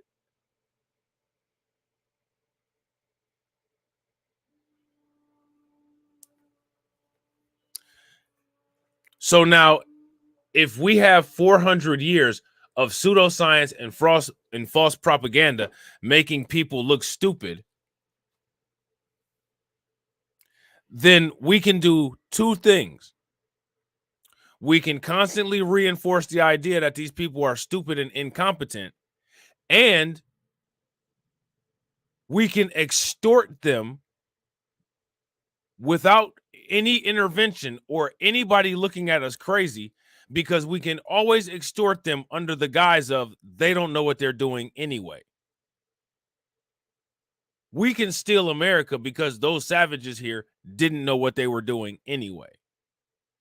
Black people are so dumb and so low on the animal chain. That's why they needed to be slaves, because they didn't know what they were doing anyway.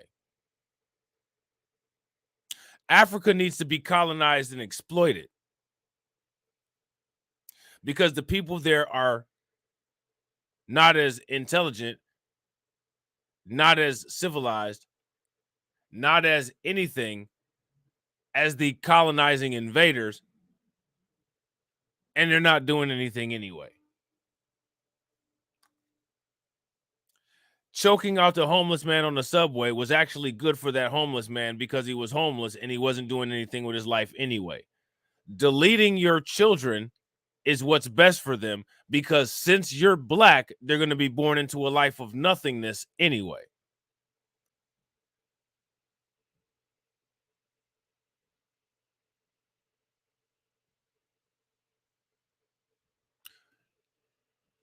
As a result of all of this nonsense, as a result of all of this shit talk,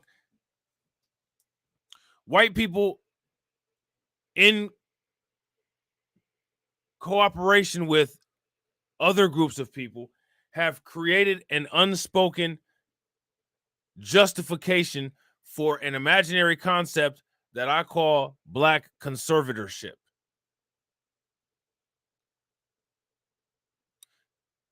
AKA skin color incompetence.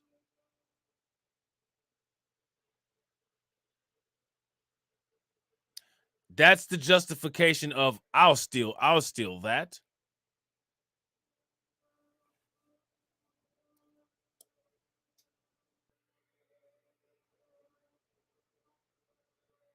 So now, if you've created a narrative, an unspoken narrative that's not associated with any laws, it's just a societal norm.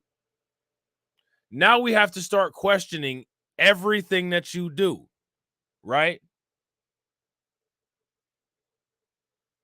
We have to question everything that you do. Any information that comes out.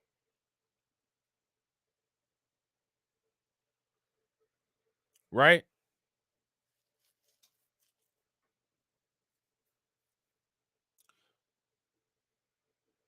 Well, we can't trust these people's history because these people are incompetent. We'll take that and we'll rewrite it. And because we know what we're doing, our account is the right one.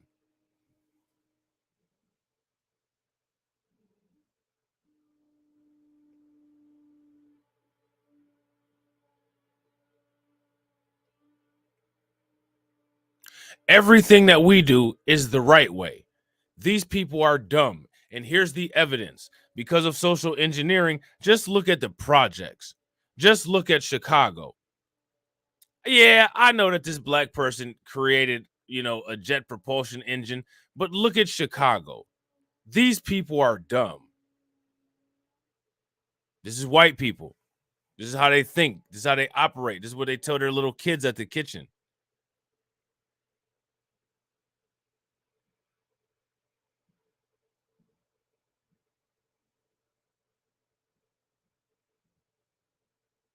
So they've set up a situation where they can steal, take, delete, whatever it is that they want to. And the underlying social attitude that they've created is you're dumb, you're worthless, and you didn't know what you were doing with it anyway. Hey, guess what? I got a Corvette outside. Here comes a white person. I'm going to steal that because you don't know how to drive it anyway. That's not an excuse. But it doesn't matter. I just did it anyway.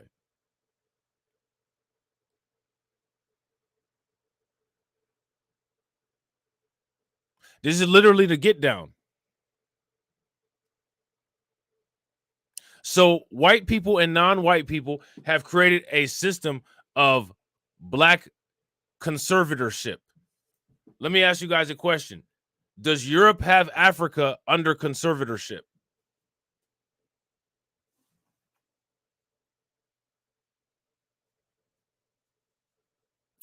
Do record companies have rappers under conservatorship?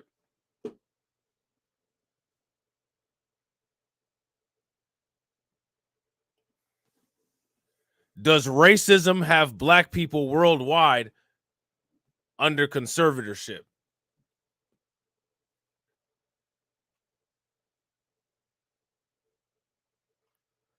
That's a large part of why the system and the practice were created. To be able to just extract, to be able to just take, to be able to just steal, to be able to just delete, to be able to just have you as an object that can be used and then disposed of.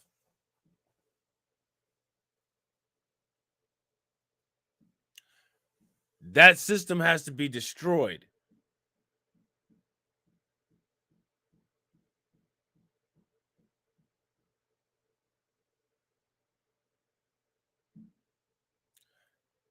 That system has to be destroyed because that's extremely dangerous.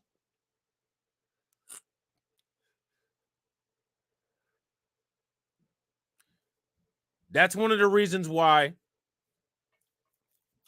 there is never a positive image of a black man, woman, or child on TV.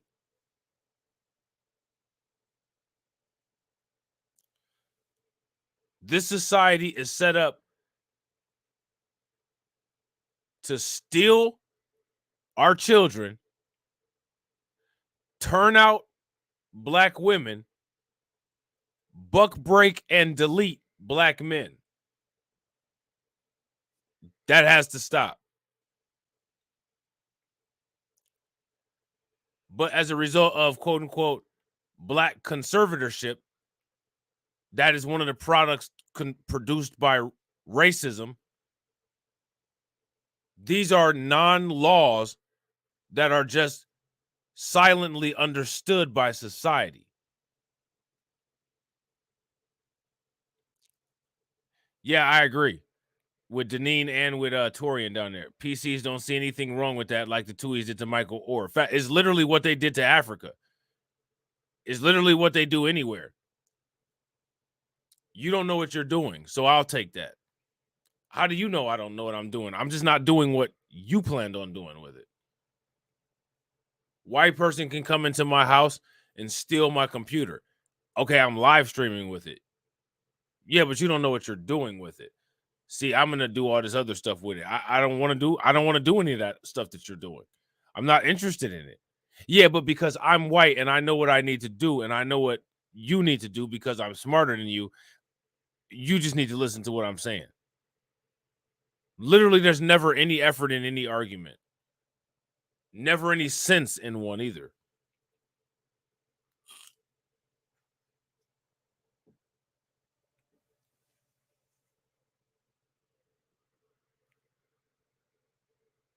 This is what people got to be very weary of. Because these black conservatorship attitudes, they exist everywhere. Vivek Ramaswamy displays them all the time. And he tries to act like he's hiding it, but he's not.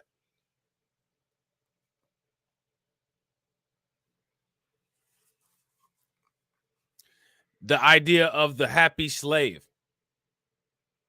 You know, that story with George Washington, where the slave was so damn stupid, it thanked George Washington, that it allowed George Washington to be a slave.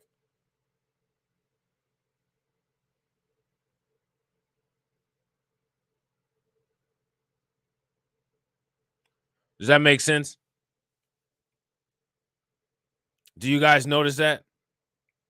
Under U.S. law, conservatorship results from the appointment of a guardian or a protector by a judge to manage the personal or financial affairs of another person who is incapable. See, that right there is the key part. The incapable.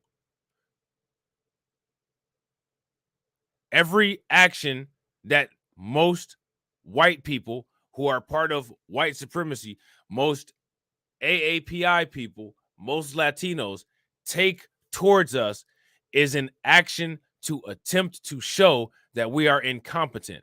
It's one of the reasons why these people are so triggered by sports, because sports is the closest thing to a natural competition.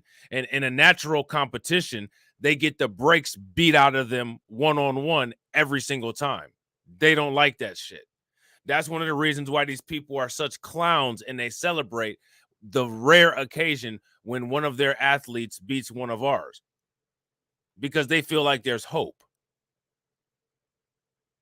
You see, athletics is a very modernized representation of survival of the fittest. And if you look at athletics, you'll see who's surviving. What goes on in athletics is very consistent with the genealogy studies that come out.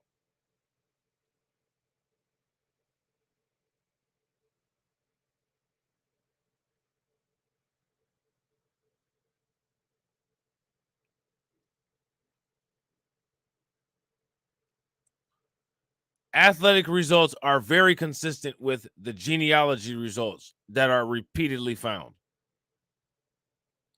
They don't like that. So when you constantly see that, you have to create a mirage of propaganda in order to convince not only yourself, but to convince the person that you're targeting that they're not competent. In the United States, there is no constant reinforcement that black people are intelligent. There's constant reinforcement that black people allegedly are not intelligent.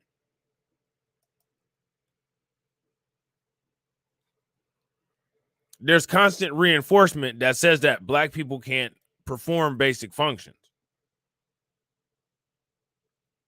Even though a lot of this propaganda and a lot of these talking points are not true, something not being true has never been a disqualifier from it being able to be weaponized by WS. Would you guys agree? If you guys agree, give me a thumbs up. If you guys disagree, give me a thumbs down.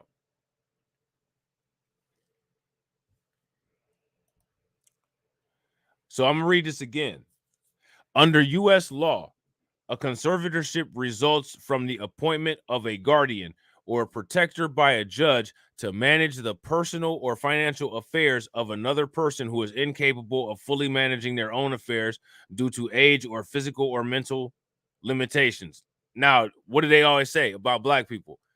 Black people have a low IQ. Is that a mental limitation? So what we're going to do is, because there's a bunch of dumb black people over in Africa, dumb by our standards, you know what I'm saying? We're not doing anything wrong if we steal Africa and rob it of its resources and use those resources to benefit us. Because the fact that those people were sitting on those and weren't doing what we planned on doing them, that's justification enough to one, say that they don't know what they're doing, and for two, for us to take it. That's the way these people's minds works.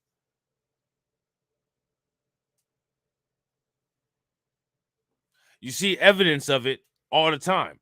If one of these people want to try to come in here and deny this, we can show massive amounts of evidence that if you're denying this, then what's this situation? If you're denying this, then what's that situation? You all have created a false propaganda network to attempt to justify a quote unquote conservator extortion racket. Okay? That has to be destroyed. We can't just sit here and talk about it. Anytime we talk about something, it can't just end with a period. It has to end with period and this must be destroyed. Okay? Real quick, ladies and gentlemen, shout out to Lloyd Sky 9. Make sure you guys show some love. Lloyd Sky 9 been a channel supporter for 6 months. Shout out to my man Lloyd Sky 9 for the support.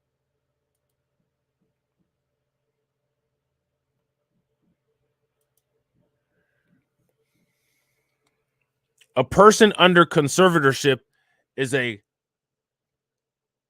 conservatee, a term that can refer to an adult. A person under guardianship is a ward, a term that can also refer to a minor child. Conservatorship may also apply to corporations and organizations. Now, let me ask you guys a question. Would countries be corporations and organizations as well, in addition to businesses?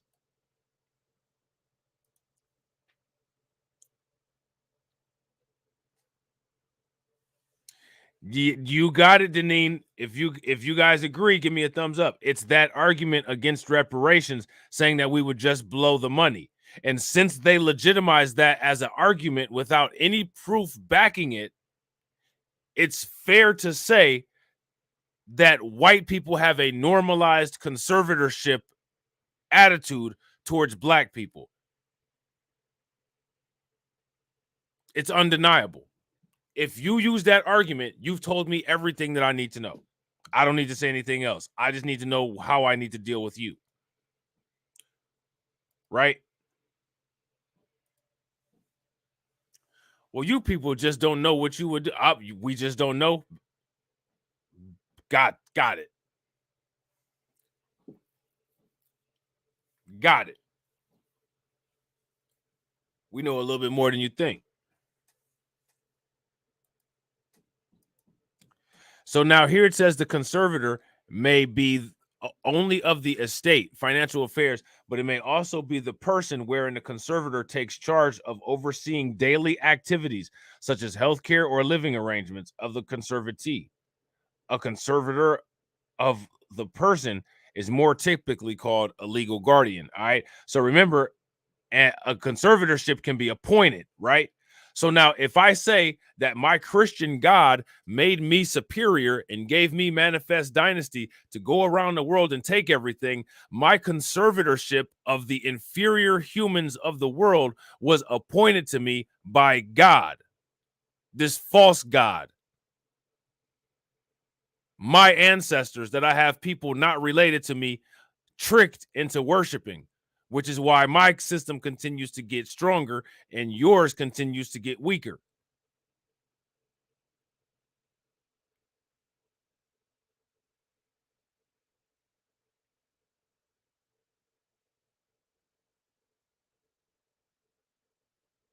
Does that make any sense?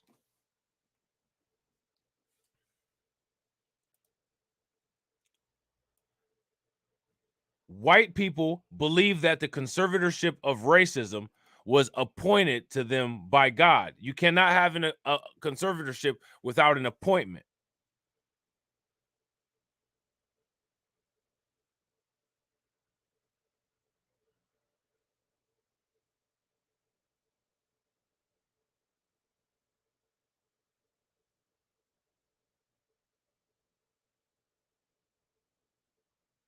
Does that make any sense?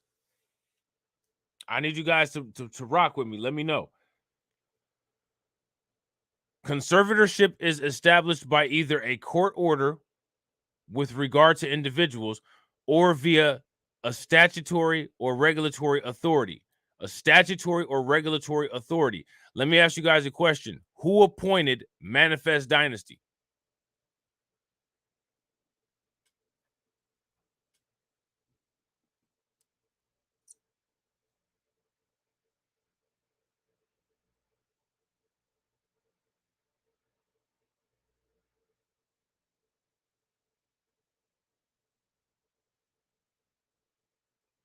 Who appointed Manifest Dynasty?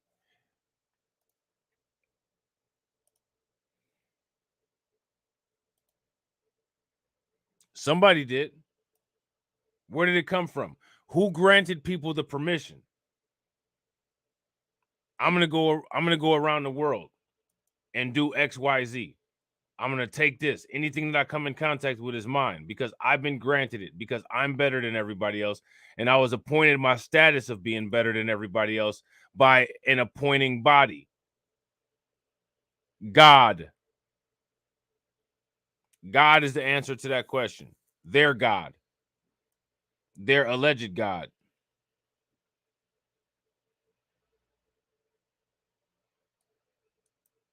The God that they believe in.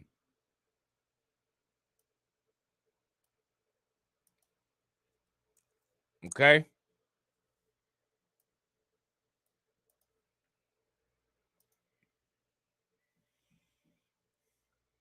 In other legal terms, a conservatorship may refer to the legal responsibilities over a person who has a mental illness, including individuals who are psychotic, suicidal, demented, incapacitated, or in some other way unable to make legal, medical, or financial decisions on behalf of themselves. Right? So now, again, shout out to Deneen for putting the reparations rebuttal in the chat. Reparations rebuttal in the chat implies that liberal white people are our conservators, which must be why they're confused and think that we owe them our votes when we don't owe them anything but abuse.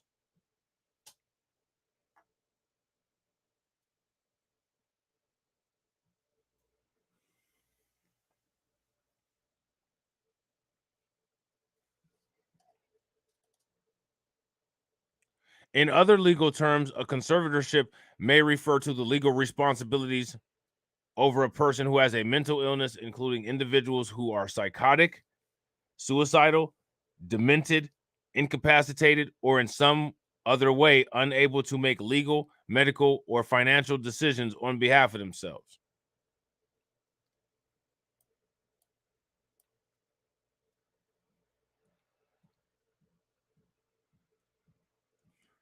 Okay? When referring to a government control of private corporations such as Freddie Mac or Fannie Mae, conservatorship implies a more temporary control than nationalization.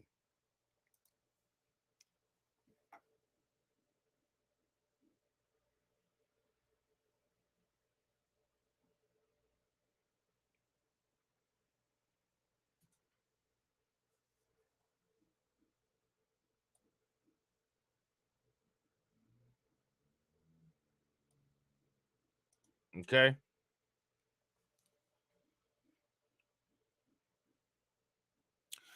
Basically, this conservatorship is a concept that's been applied, modified to WS with racism as an enhancer in order to normalize everyday thought processes of non-black people, to assume that black people are incapable of basic functions of life, justifying any harm or extortion of us and anything that is ours.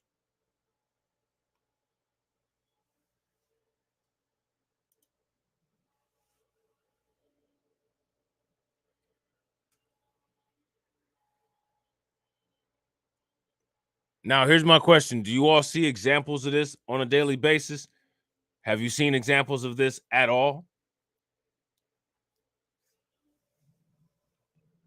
Is this real or is this paranoia?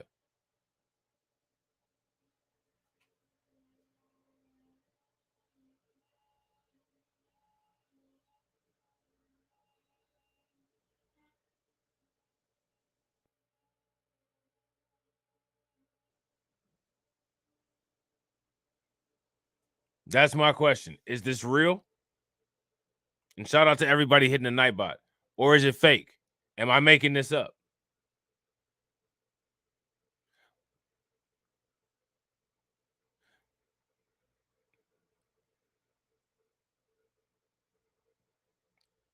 How many people have just accepted the notion that you have to work twice as hard as somebody else to get half of what they have?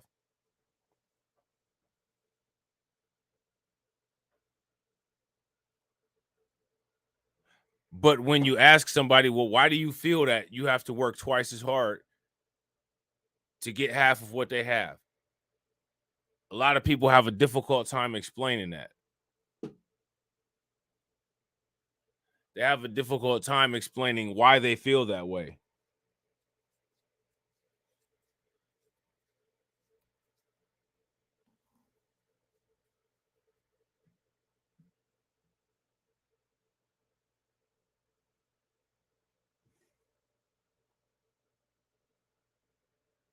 Now, here's my question. Why to you guys, why would somebody feel that way?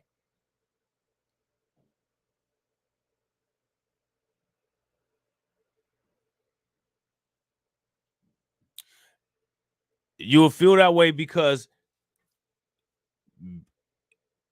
the conditioning of this conservatorship idea has conditioned you, not necessarily you as far as people here in the chat, but has encouraged people to believe that they actually do have to work harder.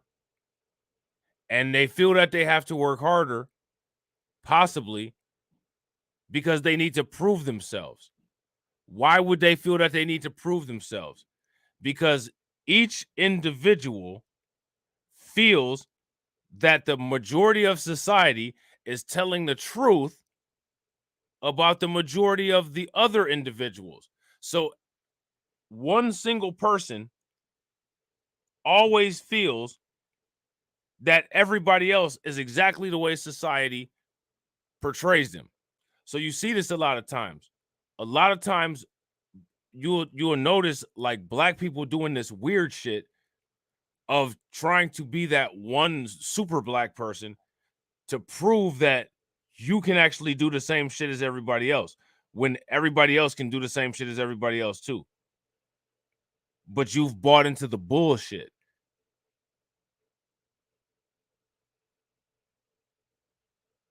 A lot of people buy into the bullshit.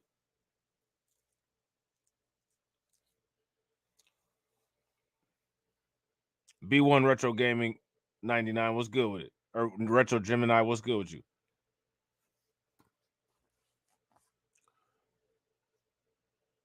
Did that make any sense? So there's a lot of people who will literally break their back and try to work extra hard, right? To try to prove to somebody that doesn't have any authority of what normalcy is that they're normal because they've been brainwashed by this idea of a conservatorship. I've got to overperform because all the other black people are underperforming. There's a lot of people that have that mentality.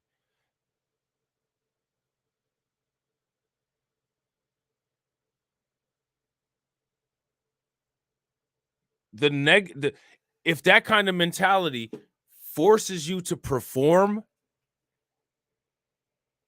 the brain damage that that mentality will cause you will overshadow any kind of peak performance that you do.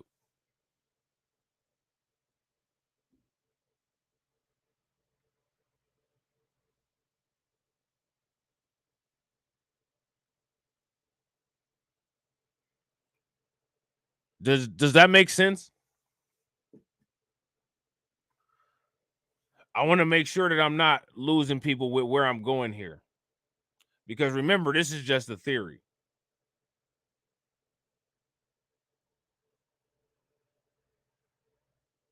This is a phenomenon that I observed that has not been defined.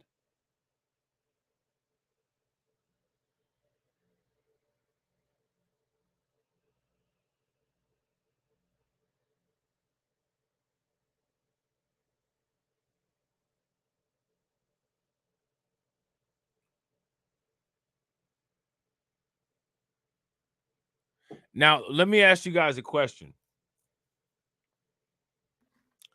When you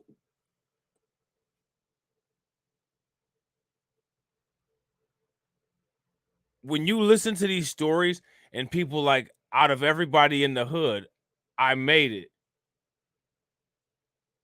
Like, you look at that as a success story, right? But think about this though. In that person's mind that said, out of everybody in the hood, I made it. That person literally is saying that they don't think that anybody else in the hood is capable of making it. Where would they get the idea that their peers aren't capable of anything?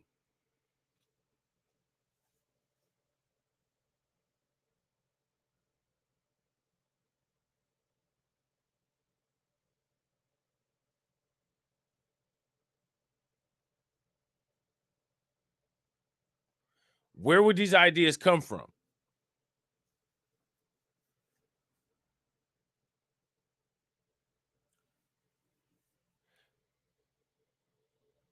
Have you ever seen how white people and non-black people treat black children in comparison to non-black children and white children?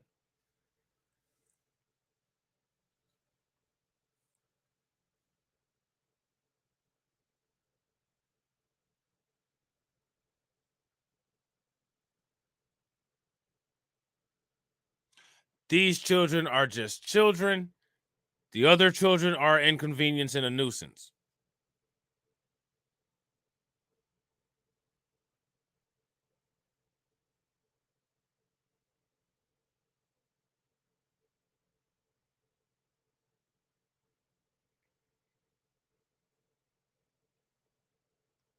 From the family, the media, the friends, and non-black people. And people actually think that this is a positive. Yeah, I made it because nobody else could. No, actually, other people can.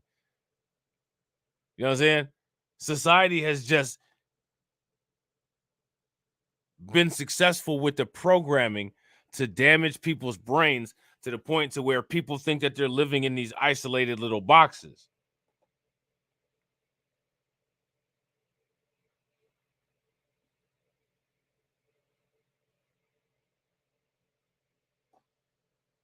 Okay? Now, here's my question, right? That's programming that needs to stop as soon as possible. Those are narratives that need to be cut off and control needs to be taken as fast as possible, right? My question is, how do you do that?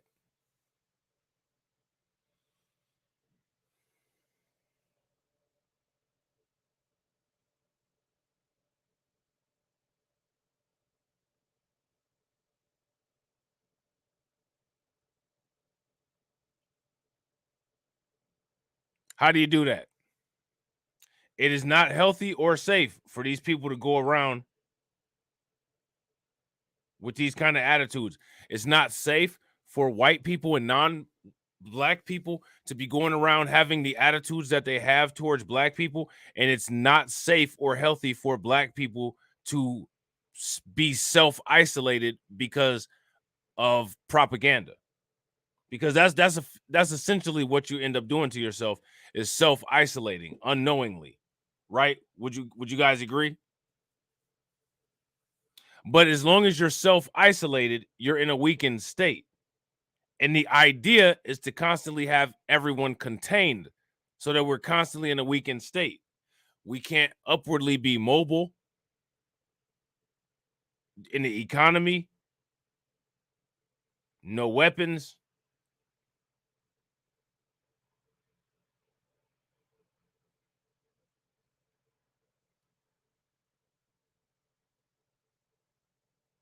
So we got to figure out a way to attack this and break this.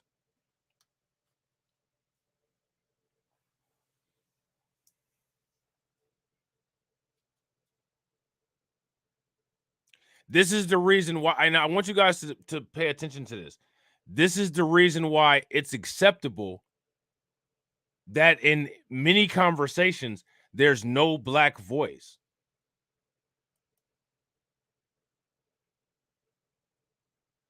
There's no black voice of influence that's a mainstream person that's involved in conversations across the board.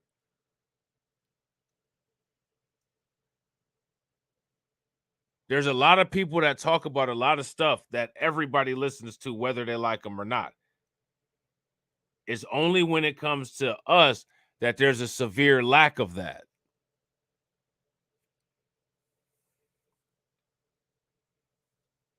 There's a lot of people that a lot of people like, but the reality is that ain't nobody listening to them all like that. Just because we running up the watch hours on certain shit don't mean that the rest of the world is.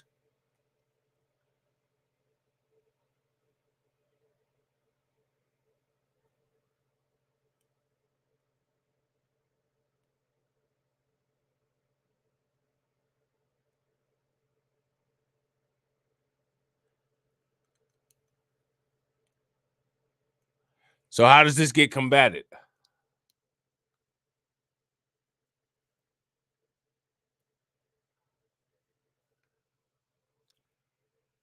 Because the problem is that I can keep asking, how does this get combated, right? And we can keep not coming up with answers. But while we're not coming up with answers, other people are coming up with answers to keep this enforced. And I'm going to show you guys some examples. In other legal terms, a conservatorship may refer to the legal responsibilities over a person who has a mental illness. All right. So just remember that conservatorship of persons. Conservatorship is a legal term referring to the legal responsibilities of a conservator over the affairs of a person who has been deemed gravely disabled by the court and unable to meet their basic needs of food, clothing, and shelter. Now, let me ask you a question. When you're released from a conservatorship, is it called being emancipated?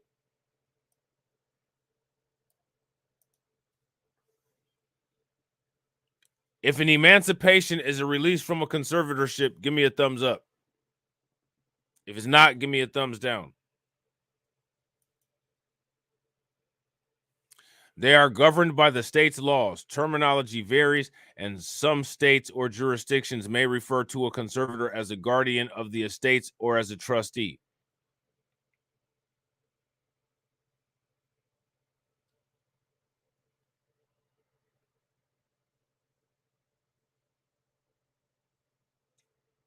What do you guys think?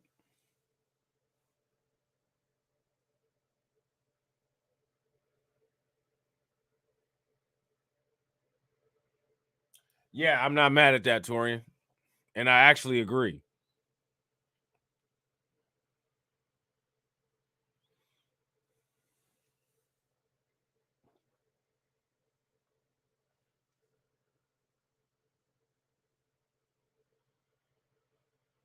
Yeah, the op like shit's got to go.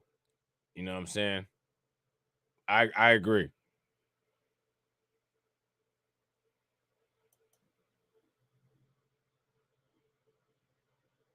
So I think I've made my point about the conservatorship, right?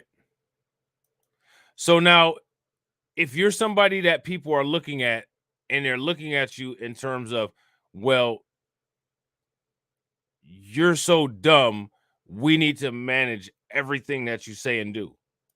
right? But it's not a law. It's just a societal norm. It's an unspoken understanding, right? Now you got Ron DeSantis mandating Asian American history while banning courses on systemic racism. Not banning courses on systemic racism, banning Black history. Because Black people are so stupid, we can't tell our history on our own. We need to have it managed by a white person. But Asians are a step above us, so white people can allow Asian history told by Asians in schools. And both white people and Asian people can again turn around and point at Black people and say, you're dumb. We need to comb through what you're talking about and manage it.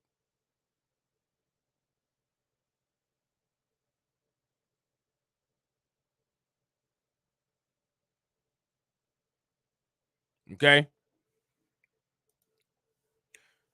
DeSantis criticized for mandating Asian American history while banning courses on systemic racism. Racial justice can't be a zero-sum game for communities of color, said Greg Orton, National Director of National Council of Asian Pacific Americans. What does that even mean?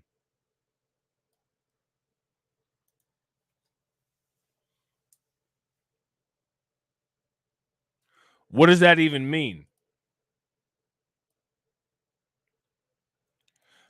A new law in Florida mandates the teaching of Asian American and Pacific Islander history in public schools. Why would that be a mandatory requirement?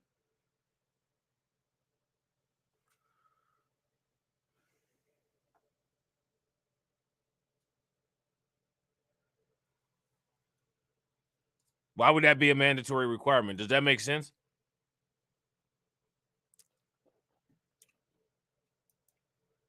But many Asian Americans are not celebrating, pointing to how other marginalized communities are being affected by the state heavily limiting the instruction of systemic racism.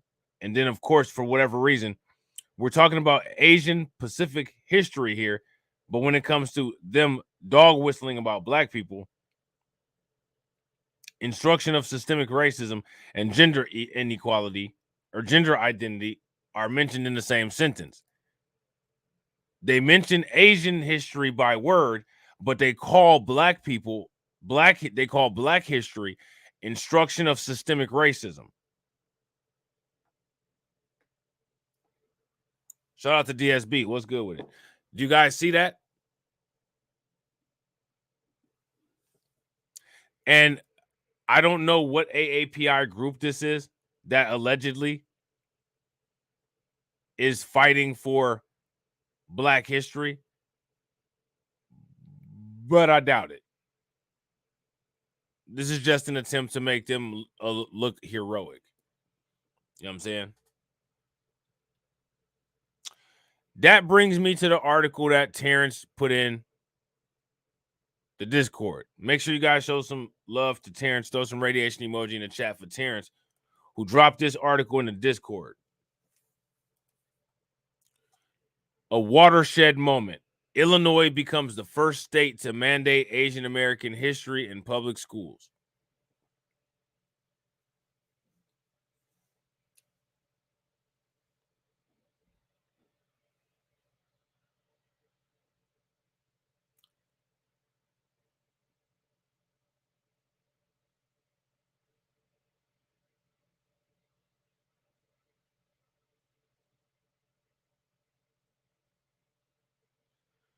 Make that make sense.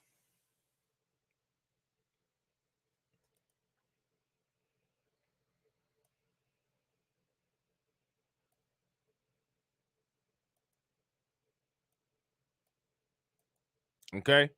So now this is in Illinois, right? Now remember, what we just talked about was in Florida with Ron DeSantis, right? This is in Illinois, Democrat, liberal Illinois, with Governor J.B. Pritzker, somebody who may run for president. Democrats aren't doing anything to stop the attack on Black history, but they're doing everything to legitimize Asian history and get it put into schools while ours is getting managed. Who's managing Asian history? Who's telling Asian people that your history is incorrect?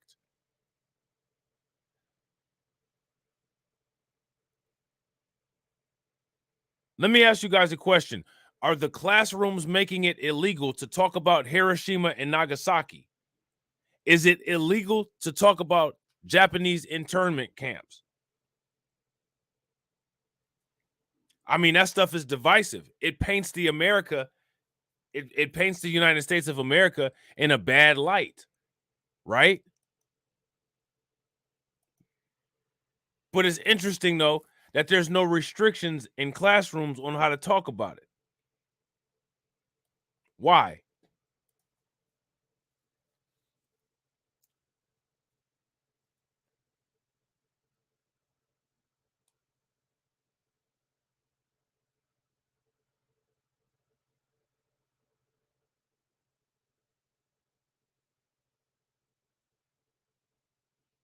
That's the question. Amid dramatic rise in crimes against Asian Americans during the C-19 pandemic, the governor of Illinois signed a law Friday requiring public schools to teach a unit of Asian American history, a move education experts said is the first of its kind nationwide. All right. So now this is an old article. This is old. July 9th of 2021. Okay. The units are required to start by the 2022-2023 school year. All right.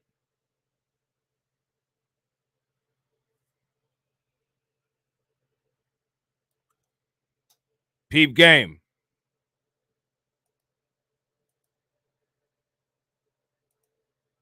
Now we got an article from a couple days ago.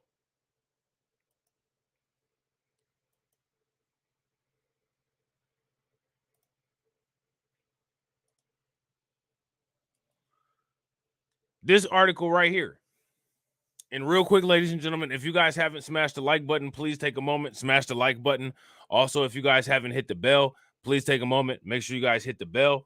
And also, please share the stream to your social media. We got 54 live viewers and we got 76 likes. If everybody can bang that like button and get us over 100, that'd be great. The history of Asian American labor activism is essential for today's students. It's essential. Asian American labor activism.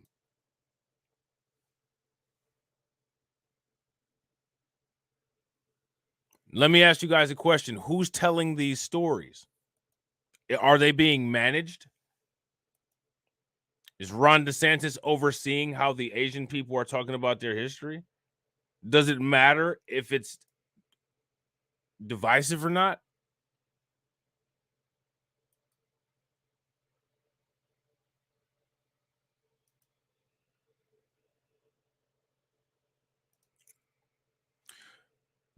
Now look at this. Despite centuries of racially discriminatory laws, Asian immigrants and Asian Americans have consistently engaged in labor resistance. Centuries of racially discriminatory laws?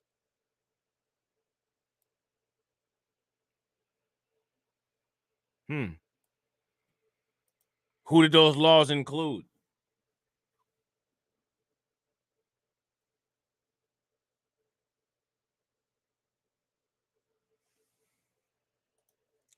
While Labor Day was signed into law by President Grover Cleveland in 1894 to recognize the contributions of American workers, the contributions of, here we go, workers of color and women are often left out of textbooks and media representations.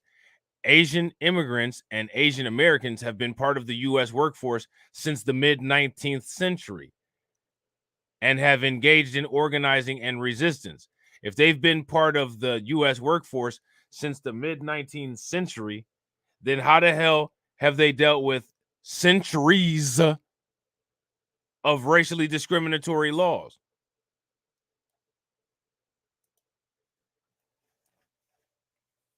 And where the hell was they dealing with these at? Because they wasn't dealing with them here.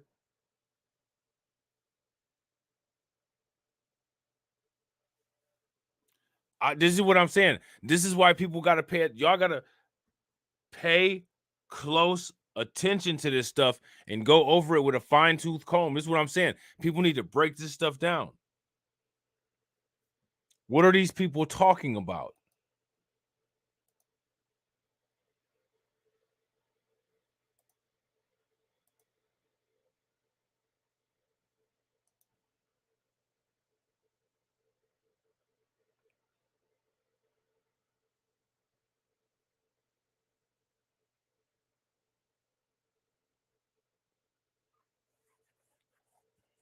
Think about this. Listen to what's being said here.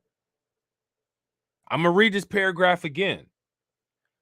While Labor Day was signed into law by President Grover Cleveland in 1984 to recognize the contributions of American workers, the contributions of workers of color and women are often left out of textbooks and media representations. Asian Americans, Asian immigrants have been part of the U.S. workforce since the mid-19th century and have engaged in organizing and resistance. What did they organize and resist? As legislation to teach Asian American history in schools increases, teaching Asian American labor activism is essential to prepare the next generation of leaders, civic actors concerned with solidarity and coalition building. That's interesting, right? Because they actually did the opposite with Black people. Now they're doing all of this with AAPI people, and then AAPI people will benefit off of it, and then they'll sit there and act like COINTELPRO and the CIA infiltration with crack didn't happen, and sit there and say, well, why can't Black people do it? This is what I'm saying, man. People got it, man. People got to make a decision. Do people want to die? Do people want to live in prison, or do people want to die in infamy?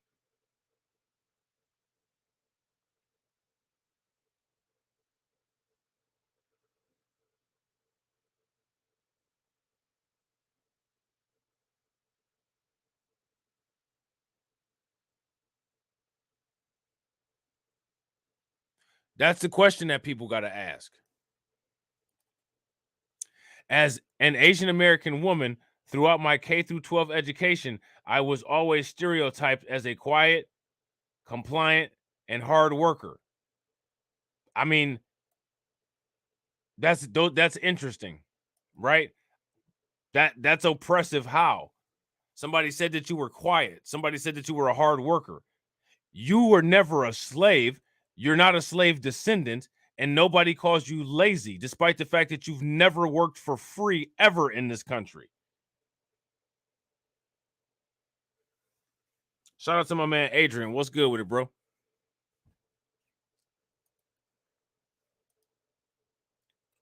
It wasn't until I was sitting in Asian American Studies class in college that I learned that Asian immigrants and Asian Americans were part of labor history and were far from silent and compliant in the face of work-related injustices.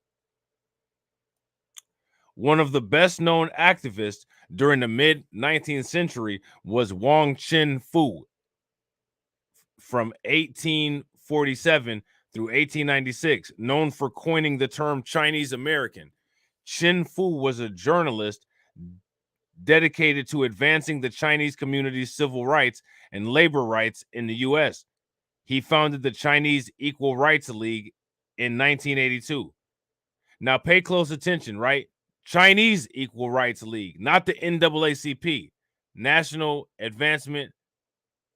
What is that? Of color people or whatever. This is specifically Chinese. To protest the Geary Act, a successor to the Chinese Exclusion Act, which declared Chinese ineligible for U.S. citizenship.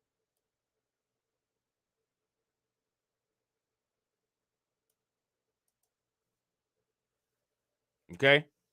And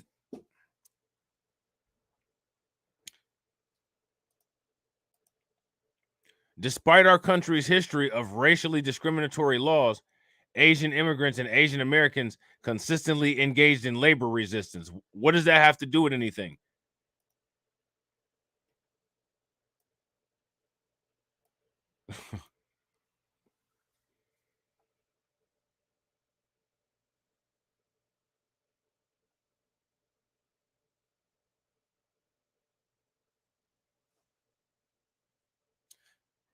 Now, what I want to ask everybody is what shout out to Igor. What's good with it, bro? What's being done here?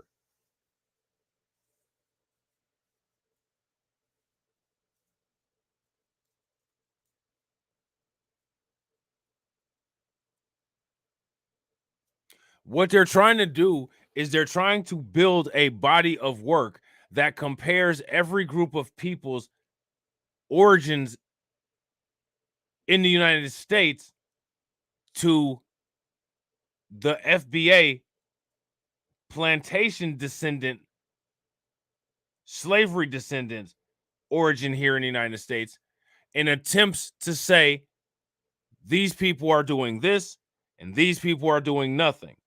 And as long as there's a bunch of nonsense compiled, and it's a diverse amount of nonsense, a diverse amount of nonsense coming from Latinos, a diverse amount of nonsense coming from white people, a diverse amount of nonsense coming from Asians. Now we can use the conservatorship approach. Well, everybody else is saying this, and these mentally defunct, crazy black people just can't remember history properly. And this is the reason why Ron DeSantis, in all of his great insight, took hold of these crazy people and corrected their history.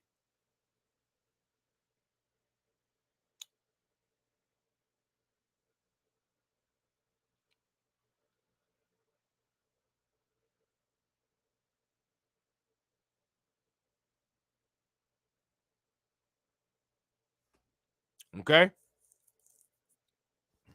On June 25th of 1887, thousands of Chinese railroad workers staged a strike to demand equal pay to white laborers, better working conditions, and shorter work days. Asian immigrants and Asian Americans have also engaged in labor solidarity and union organizing with other marginalized groups. Like who? And as far as demanding equal pay to white workers, you were getting paid.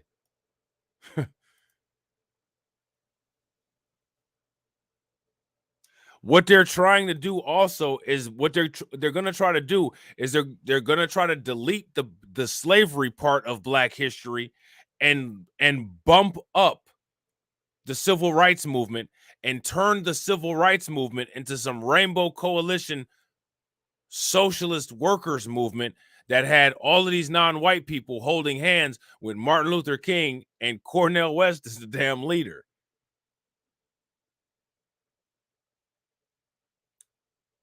And I'm sorry, I'm one of those people where I don't feel it makes our story better to have other people involved. I don't care if Martin Luther King had a white best friend. I don't care if Martin Luther King had an Asian buddy. I don't care about none of that. There's some people that think that that makes things better. Oh, we worked with everybody. I don't think that that's good.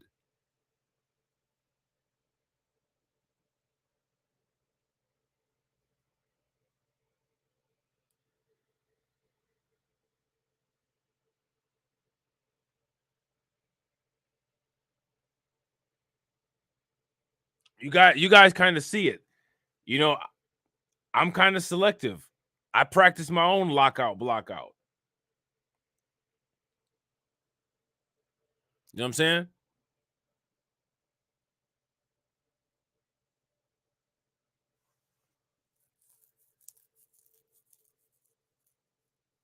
Because what they do is they combine everything and then they divide it again. And what happens is when they combine it and divide it, your contribution to it got lost. Oh, I mean, these Chinese people did this and these Latino people did this, and I mean, I don't know what the hell you did. When literally the laws against you were the most violent and oppressive.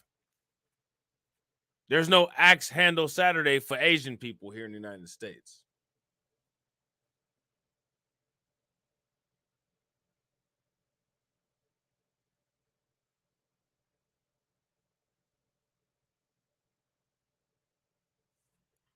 Make it make sense.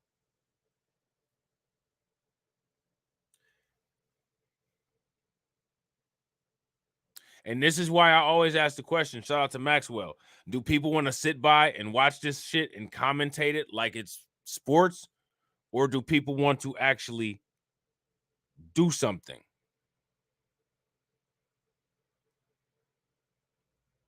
That's my question.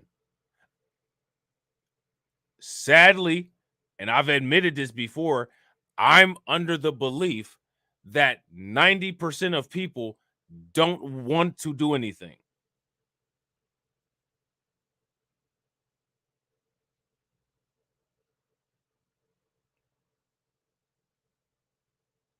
And that's just what I believe. You know what I'm saying? That's just what I believe.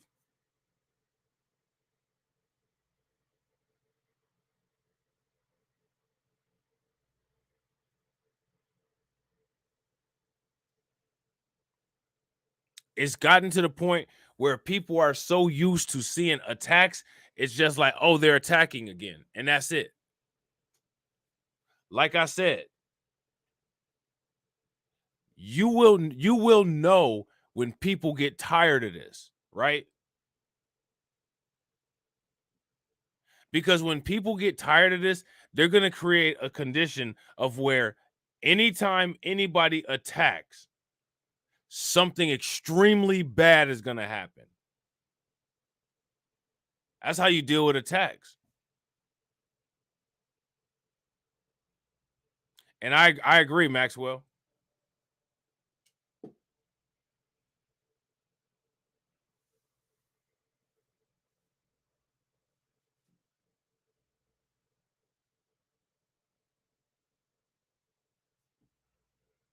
You know what I'm saying? So now here it says, as divide and conquer techniques kept our wages low and diminished worker powers, laborers of different ethnic and racial groups were often pitted against each other. Establishing division and opponents between groups is a function of white supremacy, which is something that Asians are a part of and a beneficiary of. So now we're acting like Asians are the valiant warriors fighting to dismantle the system of white supremacy, which they benefit from.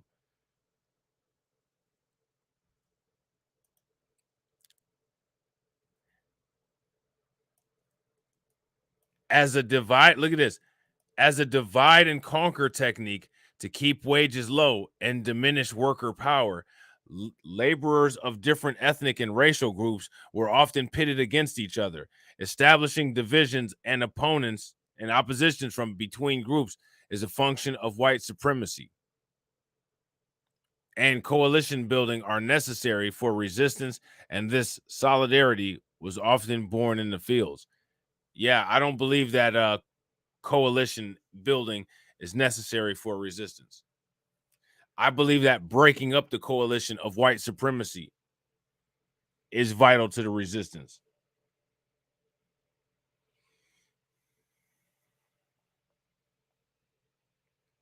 And breaking up the coalition of white supremacy means the AAPI white alliance.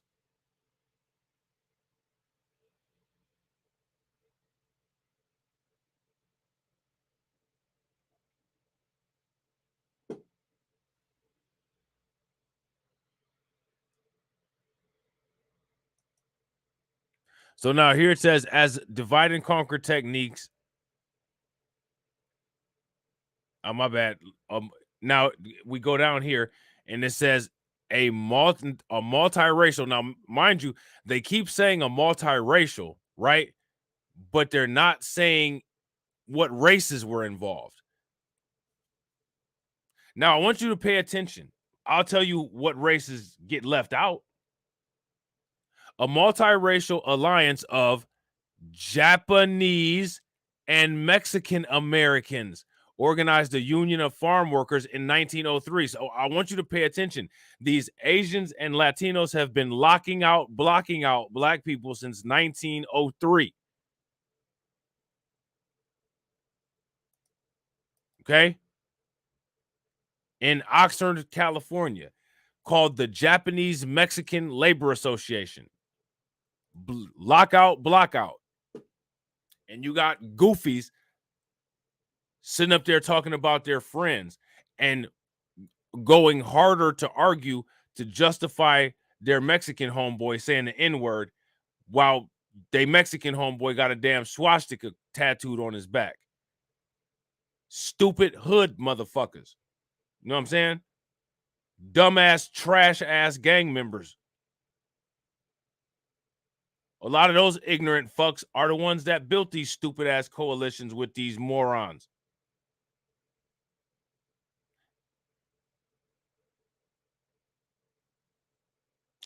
Rappers, athletes, criminals, these cats all need to be put on notice.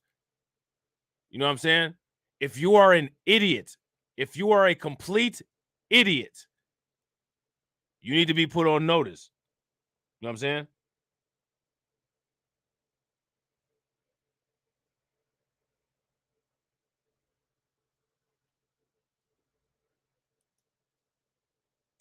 Lockout, blockout. During the civil rights era, you couldn't, there's no black person to put in here, huh? Listen, it doesn't matter if there's a black person to put in there or not. I want y'all to see how other people get down.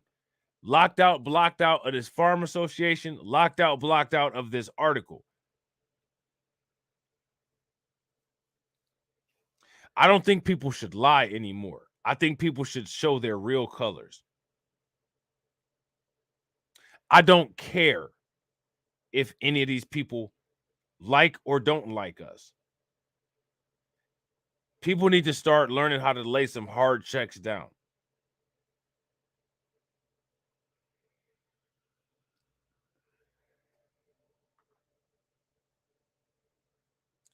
Ronnie said, give me an example of an incomplete idiot. I would say an incomplete idiot is somebody that has potential of intelligence that's displayed, but their knowledge base may not be at full maturation. That's what that, in my opinion, that's what an incomplete idiot would be. Because then at that point, you can either mature to an intelligent person, or you can go the other way and become a complete idiot.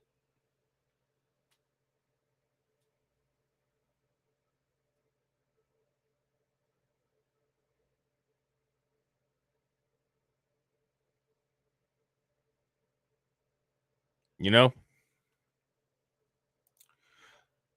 So now here it says Filipino farm workers led by Larry Itlong and Philip Veracruz organized a grape worker strike in 1965 in California Central Valley. They joined Cesar Chavez and Dolores Huerta from the United Farm Workers. They demonstrated the history of Mexicans and Filipinos coming together. The history of Mexicans and Filipinos coming together. So honestly, if you ask me, I think that that's something that people need to be looking at.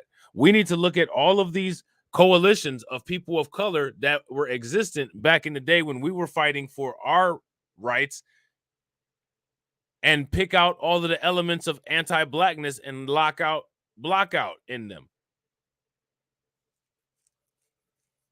And I'm not trying to be funny, you know what I'm saying? And I'm not the person that sits here and beats on a mic every day and tries to tell people how to be black. I don't give black people instructions. You know what I'm saying?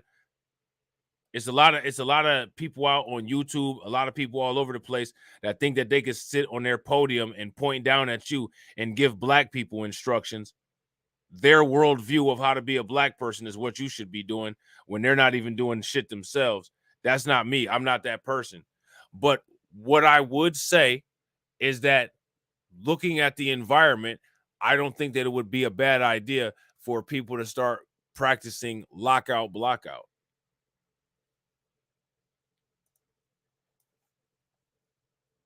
You know what I'm saying? I don't think that would be a bad idea. That's that shit. Like, how many people saw Just Talking with TD and Rob yesterday? If y'all saw Just Talking with TD and Rob, give me a thumbs up. If y'all didn't see Just Talking with TD and Rob, give me a thumbs down. The reason why I asked that is because TD played a video of Umar Johnson, right? And Umar Johnson, the guy who likes to tell everybody how to be a black person, literally was just giving up trade secrets to a white caller. And like I've always said, people like Umar Johnson who attempt to overly criticize people who engage with non-black people, the things that they shame the people that they point their fingers at is nothing more than projection of how they present when they're dealing with a non-black person.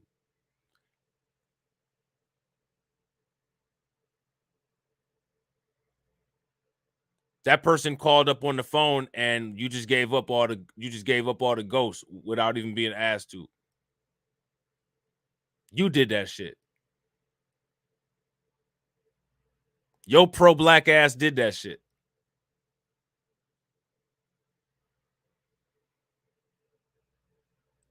But you sitting up here giving instruction, knowing the history of COINTELPRO. You know what I'm saying? Knowing the history of Freeway Ricky Ross and all these neighborhood infiltrations. Anybody that tries to shame anybody else about their interaction with other people is ashamed of their past interactions with other people. And in Umar Johnson's case, his present one.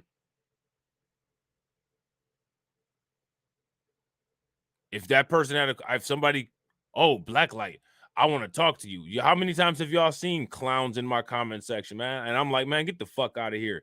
You pulled into the wrong parking lot.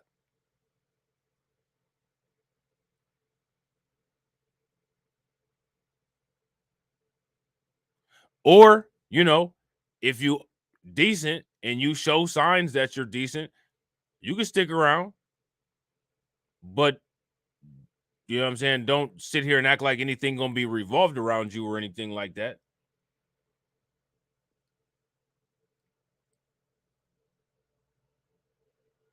You know what I'm saying? But that just proved all of my point. And you see that a lot of that's a lot of people that got a lot of smoke, got a lot of bark. You know what I'm saying? Talking crazy to black people and shit. Then as soon as somebody that's not black come up on the scene, all of a sudden they want to be a damn diplomat. These are the people that give the black people instructions. You need to do this. You need to do that. Soon as somebody come around, oh, hi, sir.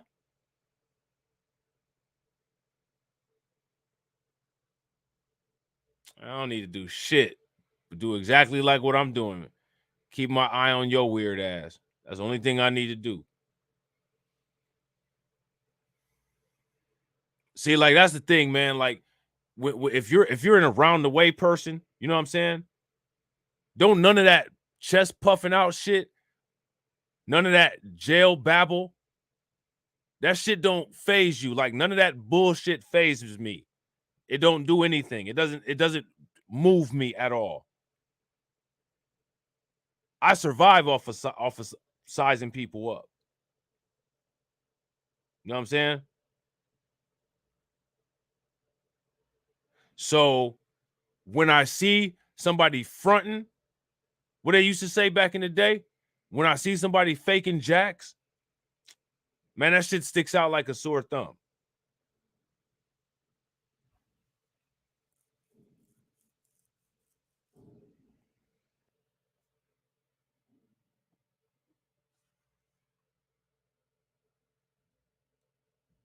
It sticks out like a sore thumb. You know what I'm saying? Like, see, and like I said, you know, people got jobs, right? People got their roles. Like I said, you know, One problem is that a lot of times civilians don't know how to stay off the battlefield, right? And that makes it difficult for soldiers. If you're a teacher, you know what I'm saying? If you're a college professor, you know what I'm saying? If you're an individual involved in academia, be an individual involved in academia. Leave the grimy shit for grimy people before you mess around and get some dirt on you that you can't get off. You know what I'm saying? I don't understand why people don't understand those concepts are so easy, especially the ones that claim to be the most educated. So now, here it says the history of Asian women's contributions to labor history is also left out of textbooks. So apparently, like, there's this hidden history of Asian women. You know what I'm saying? That I guess we supposed to know about. So now here it says in 1980, garment workers in Chinatown. And again, the simple fact that they were in Chinatown, right? Like, you have a Chinatown, that's already a leg up on us because all of our shit got destroyed. Where's the Chinese equivalent of Rosewood? Where's the Chinese equivalent of Black Wall Street? What drugs did the Chinese community get targeted with?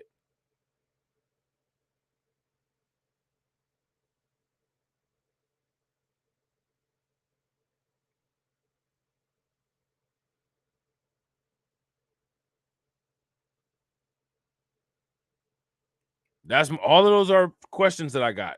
Feel free to answer them. The environmental health hazards from crowded quarters and poor airflow, which resulted in tuberculosis. In 1982, nearly 20,000 Chinese immigrant women took to New York City Chinatown streets to demand benefits, fair wages, and better working conditions. This strike is still known as one of the largest protests in the history of Chinatown. So all this was going down in Chinatown. You know what I'm saying?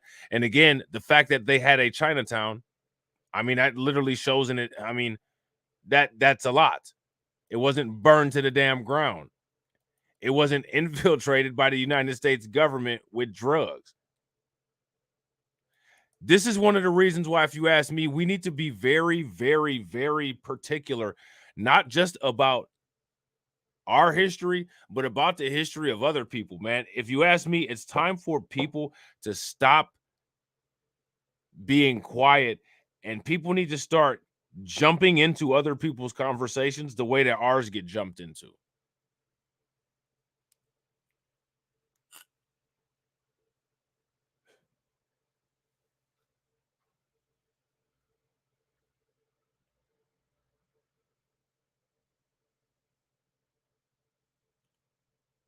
I want to ask everybody a question. Has everybody learned the I'll just pretend that they and it doesn't exist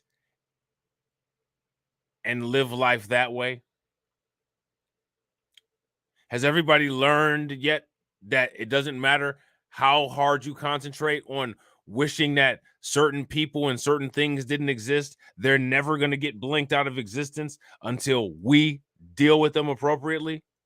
All of that is just a stalling tactic.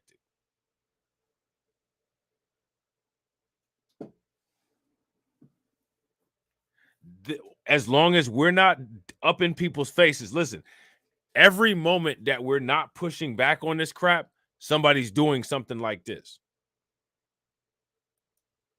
Every moment that we're not pushing back on it, somebody's doing something like this.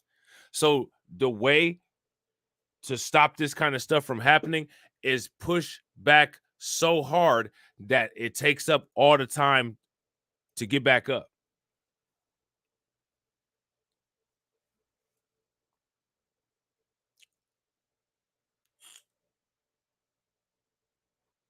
Would you guys agree? So now here it says, within hours of seeing thousands of Asian immigrant women marching through the streets of Chinatown, the employers withdrew their demands and the workers and their unions won their strike. So this was a strike. You know what I'm saying? The impact that Asian immigrants and Asian Americans have made in labor history is frequently missing from the media and textbooks, despite numerous roles of unionizing, rallying, and organizing to inspire workers to fight for justice and better workplace conditions. To include these contributions to the labor movement, teaching Asian American history in schools is essential. While 4 states have passed laws that require teaching Asian American history in schools, scholars and activists maintain that it must go beyond a race to secure victories for only the AAPI community. The goal should be to build grassroots progressive power in AAPI communities at local levels and build solidarity with other marginalized groups.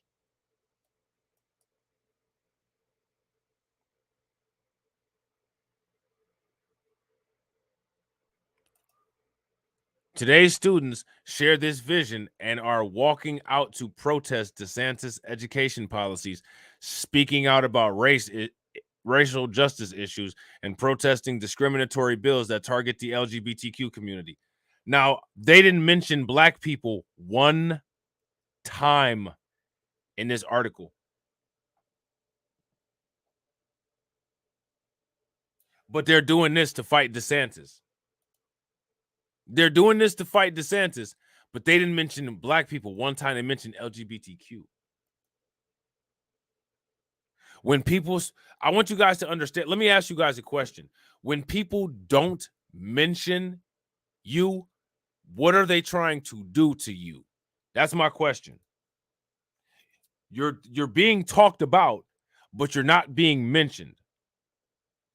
What are they trying to do?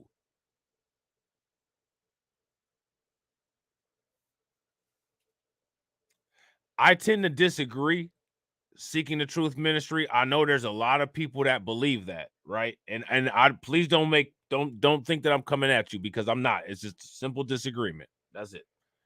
A lot of people, right? And I'm gonna put your comment up on the screen. And I don't want you to think I'm fronting on you, because I'm not, because your comment is a good comment. I just slightly disagree. And I'm gonna explain to you why. You know what I'm saying?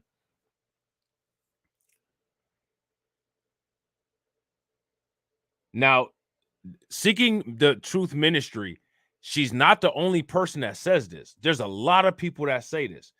And it makes sense why people would say it, right? A lot of people say, well, they're erasing us.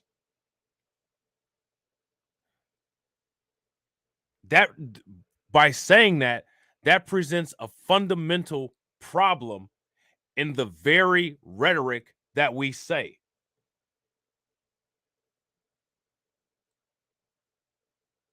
Now, where's the double negative that this would cause?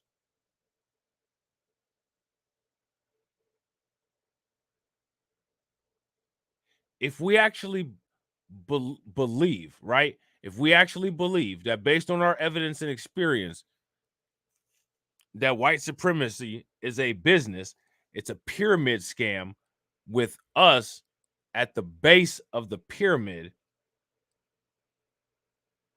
the first question has to be, if we're being replaced, who's going to move into our spot?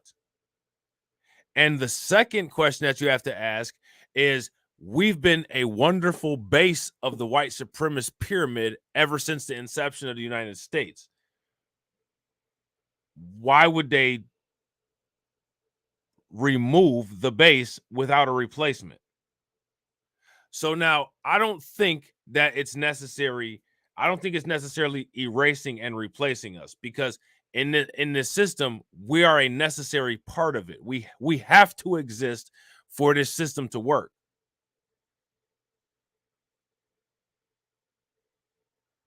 The moment we stop existing, this turns into something completely different.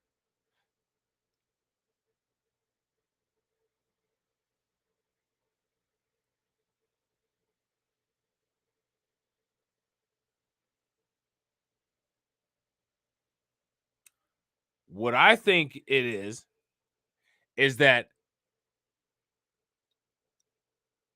I think that they are working towards stronger methods of containment.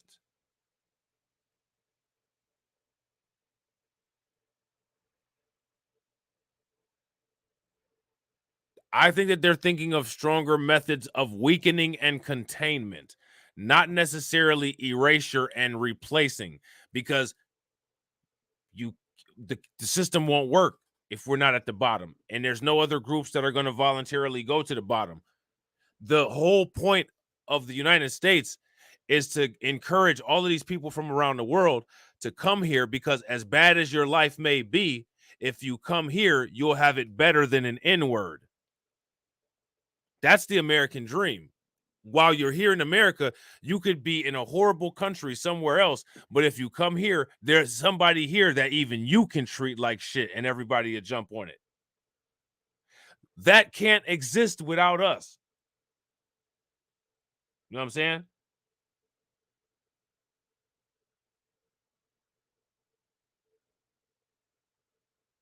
And shout out to Alonda. Alonda says Dr. Neely Fuller Jr., Dr. John Henry Clark both said that the goal is for WS to replace FBA with black immigrants. I don't think the replacement thing, but what I do think is that they're they want to have they would integrate off code, right? Because all black immigrants ain't bad. Off code black immigrants in with FBA to attempt to derange the internal politics, right?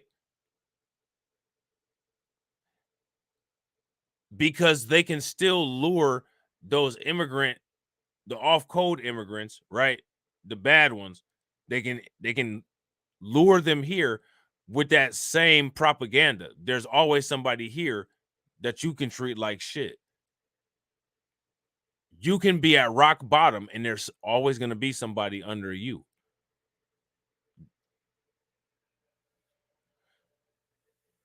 Now, I don't disagree with Neely Fuller Jr., and Dr. John Henry Clark, right? That they want to bring a lot of immigrants over, but I think that's more for deranging internal politics as well as dilution. You know what I'm saying? Dilution and confusion and delegitimization, because you have these willing participant black immigrants, right? Not all black immigrants. I want to just continue to make that clear. The willing participant black immigrants, right? That will come over and literally use that genetic tribalism shit that they have and find some FBAs and just do that. I'm better than you, nigga. Shit. All the time. Not even being bothered, just unprovoked. I've seen these motherfuckers do this shit with each other. I've watched Kid Gravity's video where he's talking about these people from the Caribbean and people from the UK going back and forth, and you know what I'm saying? It ain't even no reason to have beef, but like just because they got in the proximity of some other black people, it turned into a who better than who nigga contest. That shit is dumb as fuck, and it's a bad look. That shit looks dumb as fuck. With the conditions that we're in globally, anytime I see some shit like that, that shit looks stupid. That's on the level of shit that needs to be extinct, like hip hop artists and athletes and criminals. You know what I'm saying? Shout out to my man MC Fact. MC Fact said, "Why get rid of Black history in schools? Isn't that a form of erasure?" If you're talking about like history, yeah, historical. When they're talking about erasure, though, I'm thinking in terms of like actually erasing people or like ethnic genocide. You know what I'm saying? But yeah, I mean that would definitely be history erasure. But as far as the schools that we don't own or run, any question of why is just simply the reason can just be because whoever did it wanted to. You know what I'm saying? Why erase Martin Luther King? Because I want to. You know what I'm saying? I'm tired of anytime I try to weaponize Martin Luther King, here come these FBA people talking about you're weaponizing the guy who was the biggest reparations advocate. I'm sick of that shit. I'm taking him out of school so that nobody can learn about Dr. Martin Luther King's reparations history, and so I can continue to mail-splain and cherry pick the parts that I like. You know what I'm saying?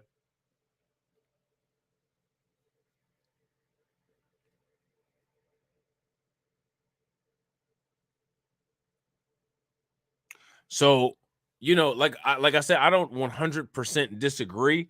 However, my belief, right, where my belief differs from maybe a Neely Fuller Jr. or my belief differs from a Dr. John Henry Clark is that I believe that we are a pivotal and irreplaceable part of the United States white supremacy business architecture, and without us, it doesn't work.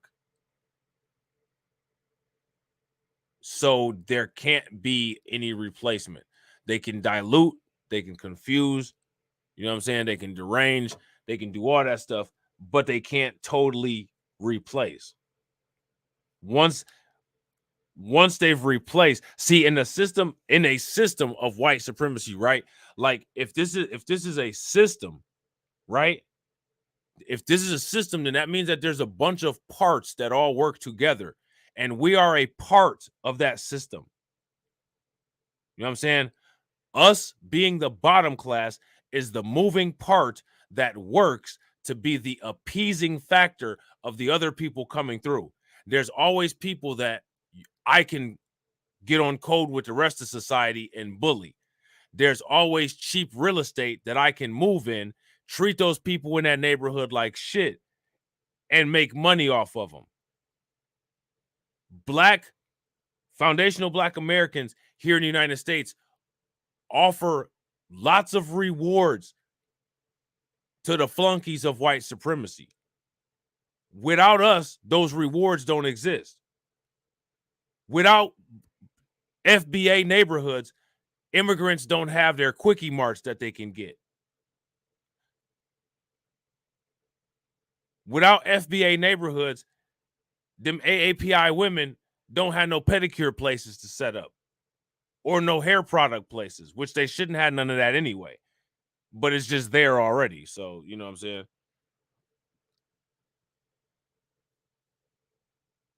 And the only reason that we fight injustice, MC Fact, is because we're the only ones getting injustice. There's no reason for any other group to fight injustice. See, like that's another thing too. Like a lot of these people, you know what I'm saying? These people that be, you know what I'm saying, making content and shit. We're the only ones that consistently stand up. We're the only ones that gotta stand up.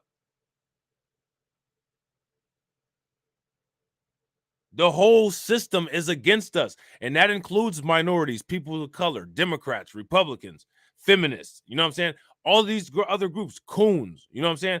Literally, all of these other groups are against us.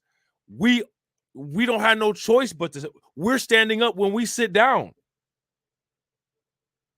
None of these other groups will never stand up because WS breathes the other groups oxygen into them. You know what I'm saying? It's literally us against the world. Literally. Tupac was on to something when he said that shit. It is literally us against the world. These motherfuckers have taken over and brainwashed the entire world. It is literally us versus the world. That is not an exaggeration. The damn environment has been manipulated against us. You know what I'm saying?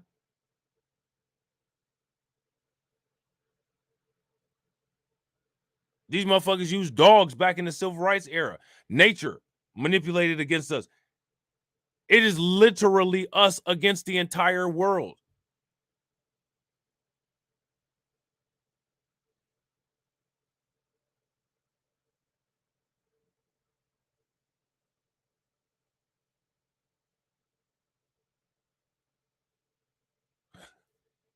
Some people can say that if they're having a hard day.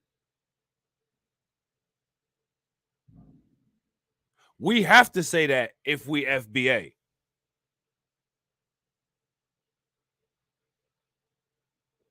You know what I'm saying? That shit's not just a t-shirt for us.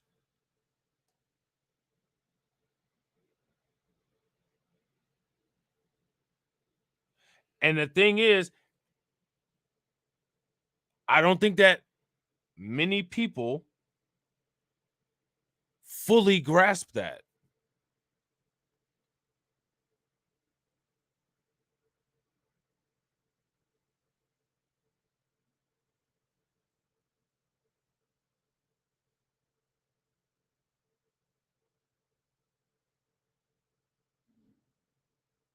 You know what I'm saying?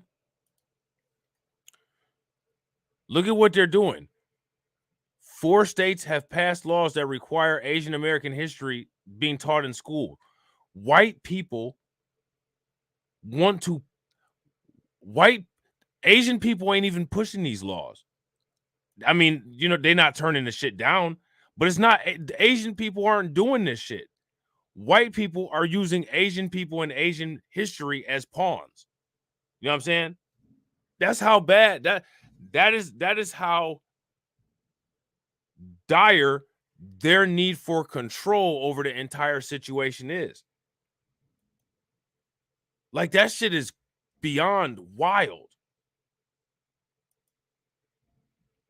While 4 states have passed laws that require teaching Asian American history in schools, scholars and activists maintain that it must go beyond a race to secure victories for only our AAPI community. The goal should be to build grassroots progressive power in AAPI communities at local levels and build solidarity with other marginalized groups. Today's students share this vision and are walking out to protest DeSantis' education policies, speaking out about racial justice issues, and protesting discriminatory bills that target the LGBTQ community. White supremacy aims to divide us, and solidarity must be our resistance. Well, you are having solidarity with white supremacy.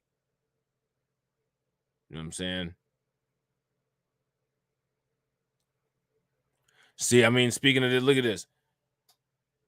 Get more of our feminist reporting and analysis delivered directly through your inbox. So that explains why there wasn't anything about black people in there, because feminism is another form of white supremacy. You know what I'm saying? So that explains that very easily.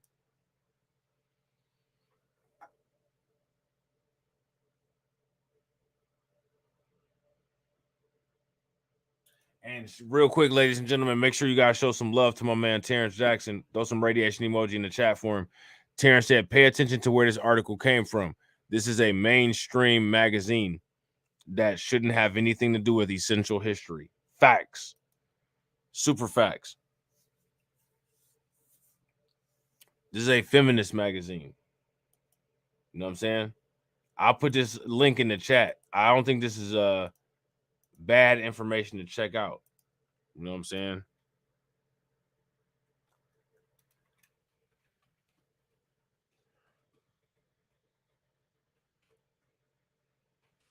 Because it's just always interesting to peep these angles. And we know what's coming. And if we know what's coming and we start building the tools and things that we need, we can deal with it. Like I'm telling you, people think, right? People think that this is an insurmountable task. I'm telling you, it's not. Have you ever seen those movies where like the stuff, like things look like it's going really bad, and then like out of nowhere the tide changes, like somebody had just knocked somebody else down, and then like everybody gets energized off of the fact that that person just knocked somebody down and then knock somebody else down.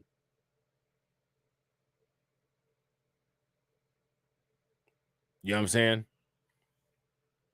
Shout out to Tibeth. What's good with it? And that's what this kind of situation is here. That is exactly what this situation is here. When people start seeing the first pillars of this fall, then it's just going to be a pile on. It's just a matter of getting those pillars to fall down. And I don't, and my content is different from other people's because other people don't mind wheeling and dealing. I don't mind wheeling and dealing either. But I don't believe in playing around either. If I said that I came here, shout out to Lehman Lucas, what's good with it, bro? If I'm here to wheel and deal and you're not wheeling and dealing, I'm telling y'all, this is if we turn up, we need to turn up specifically in this particular way that's going to cause this kind of effect, not just random turning up. I'm going to turn up. Nah, I'm not going to turn up. What I'm going to do is I'm going to turn up on your bottom line and make it go down to 0.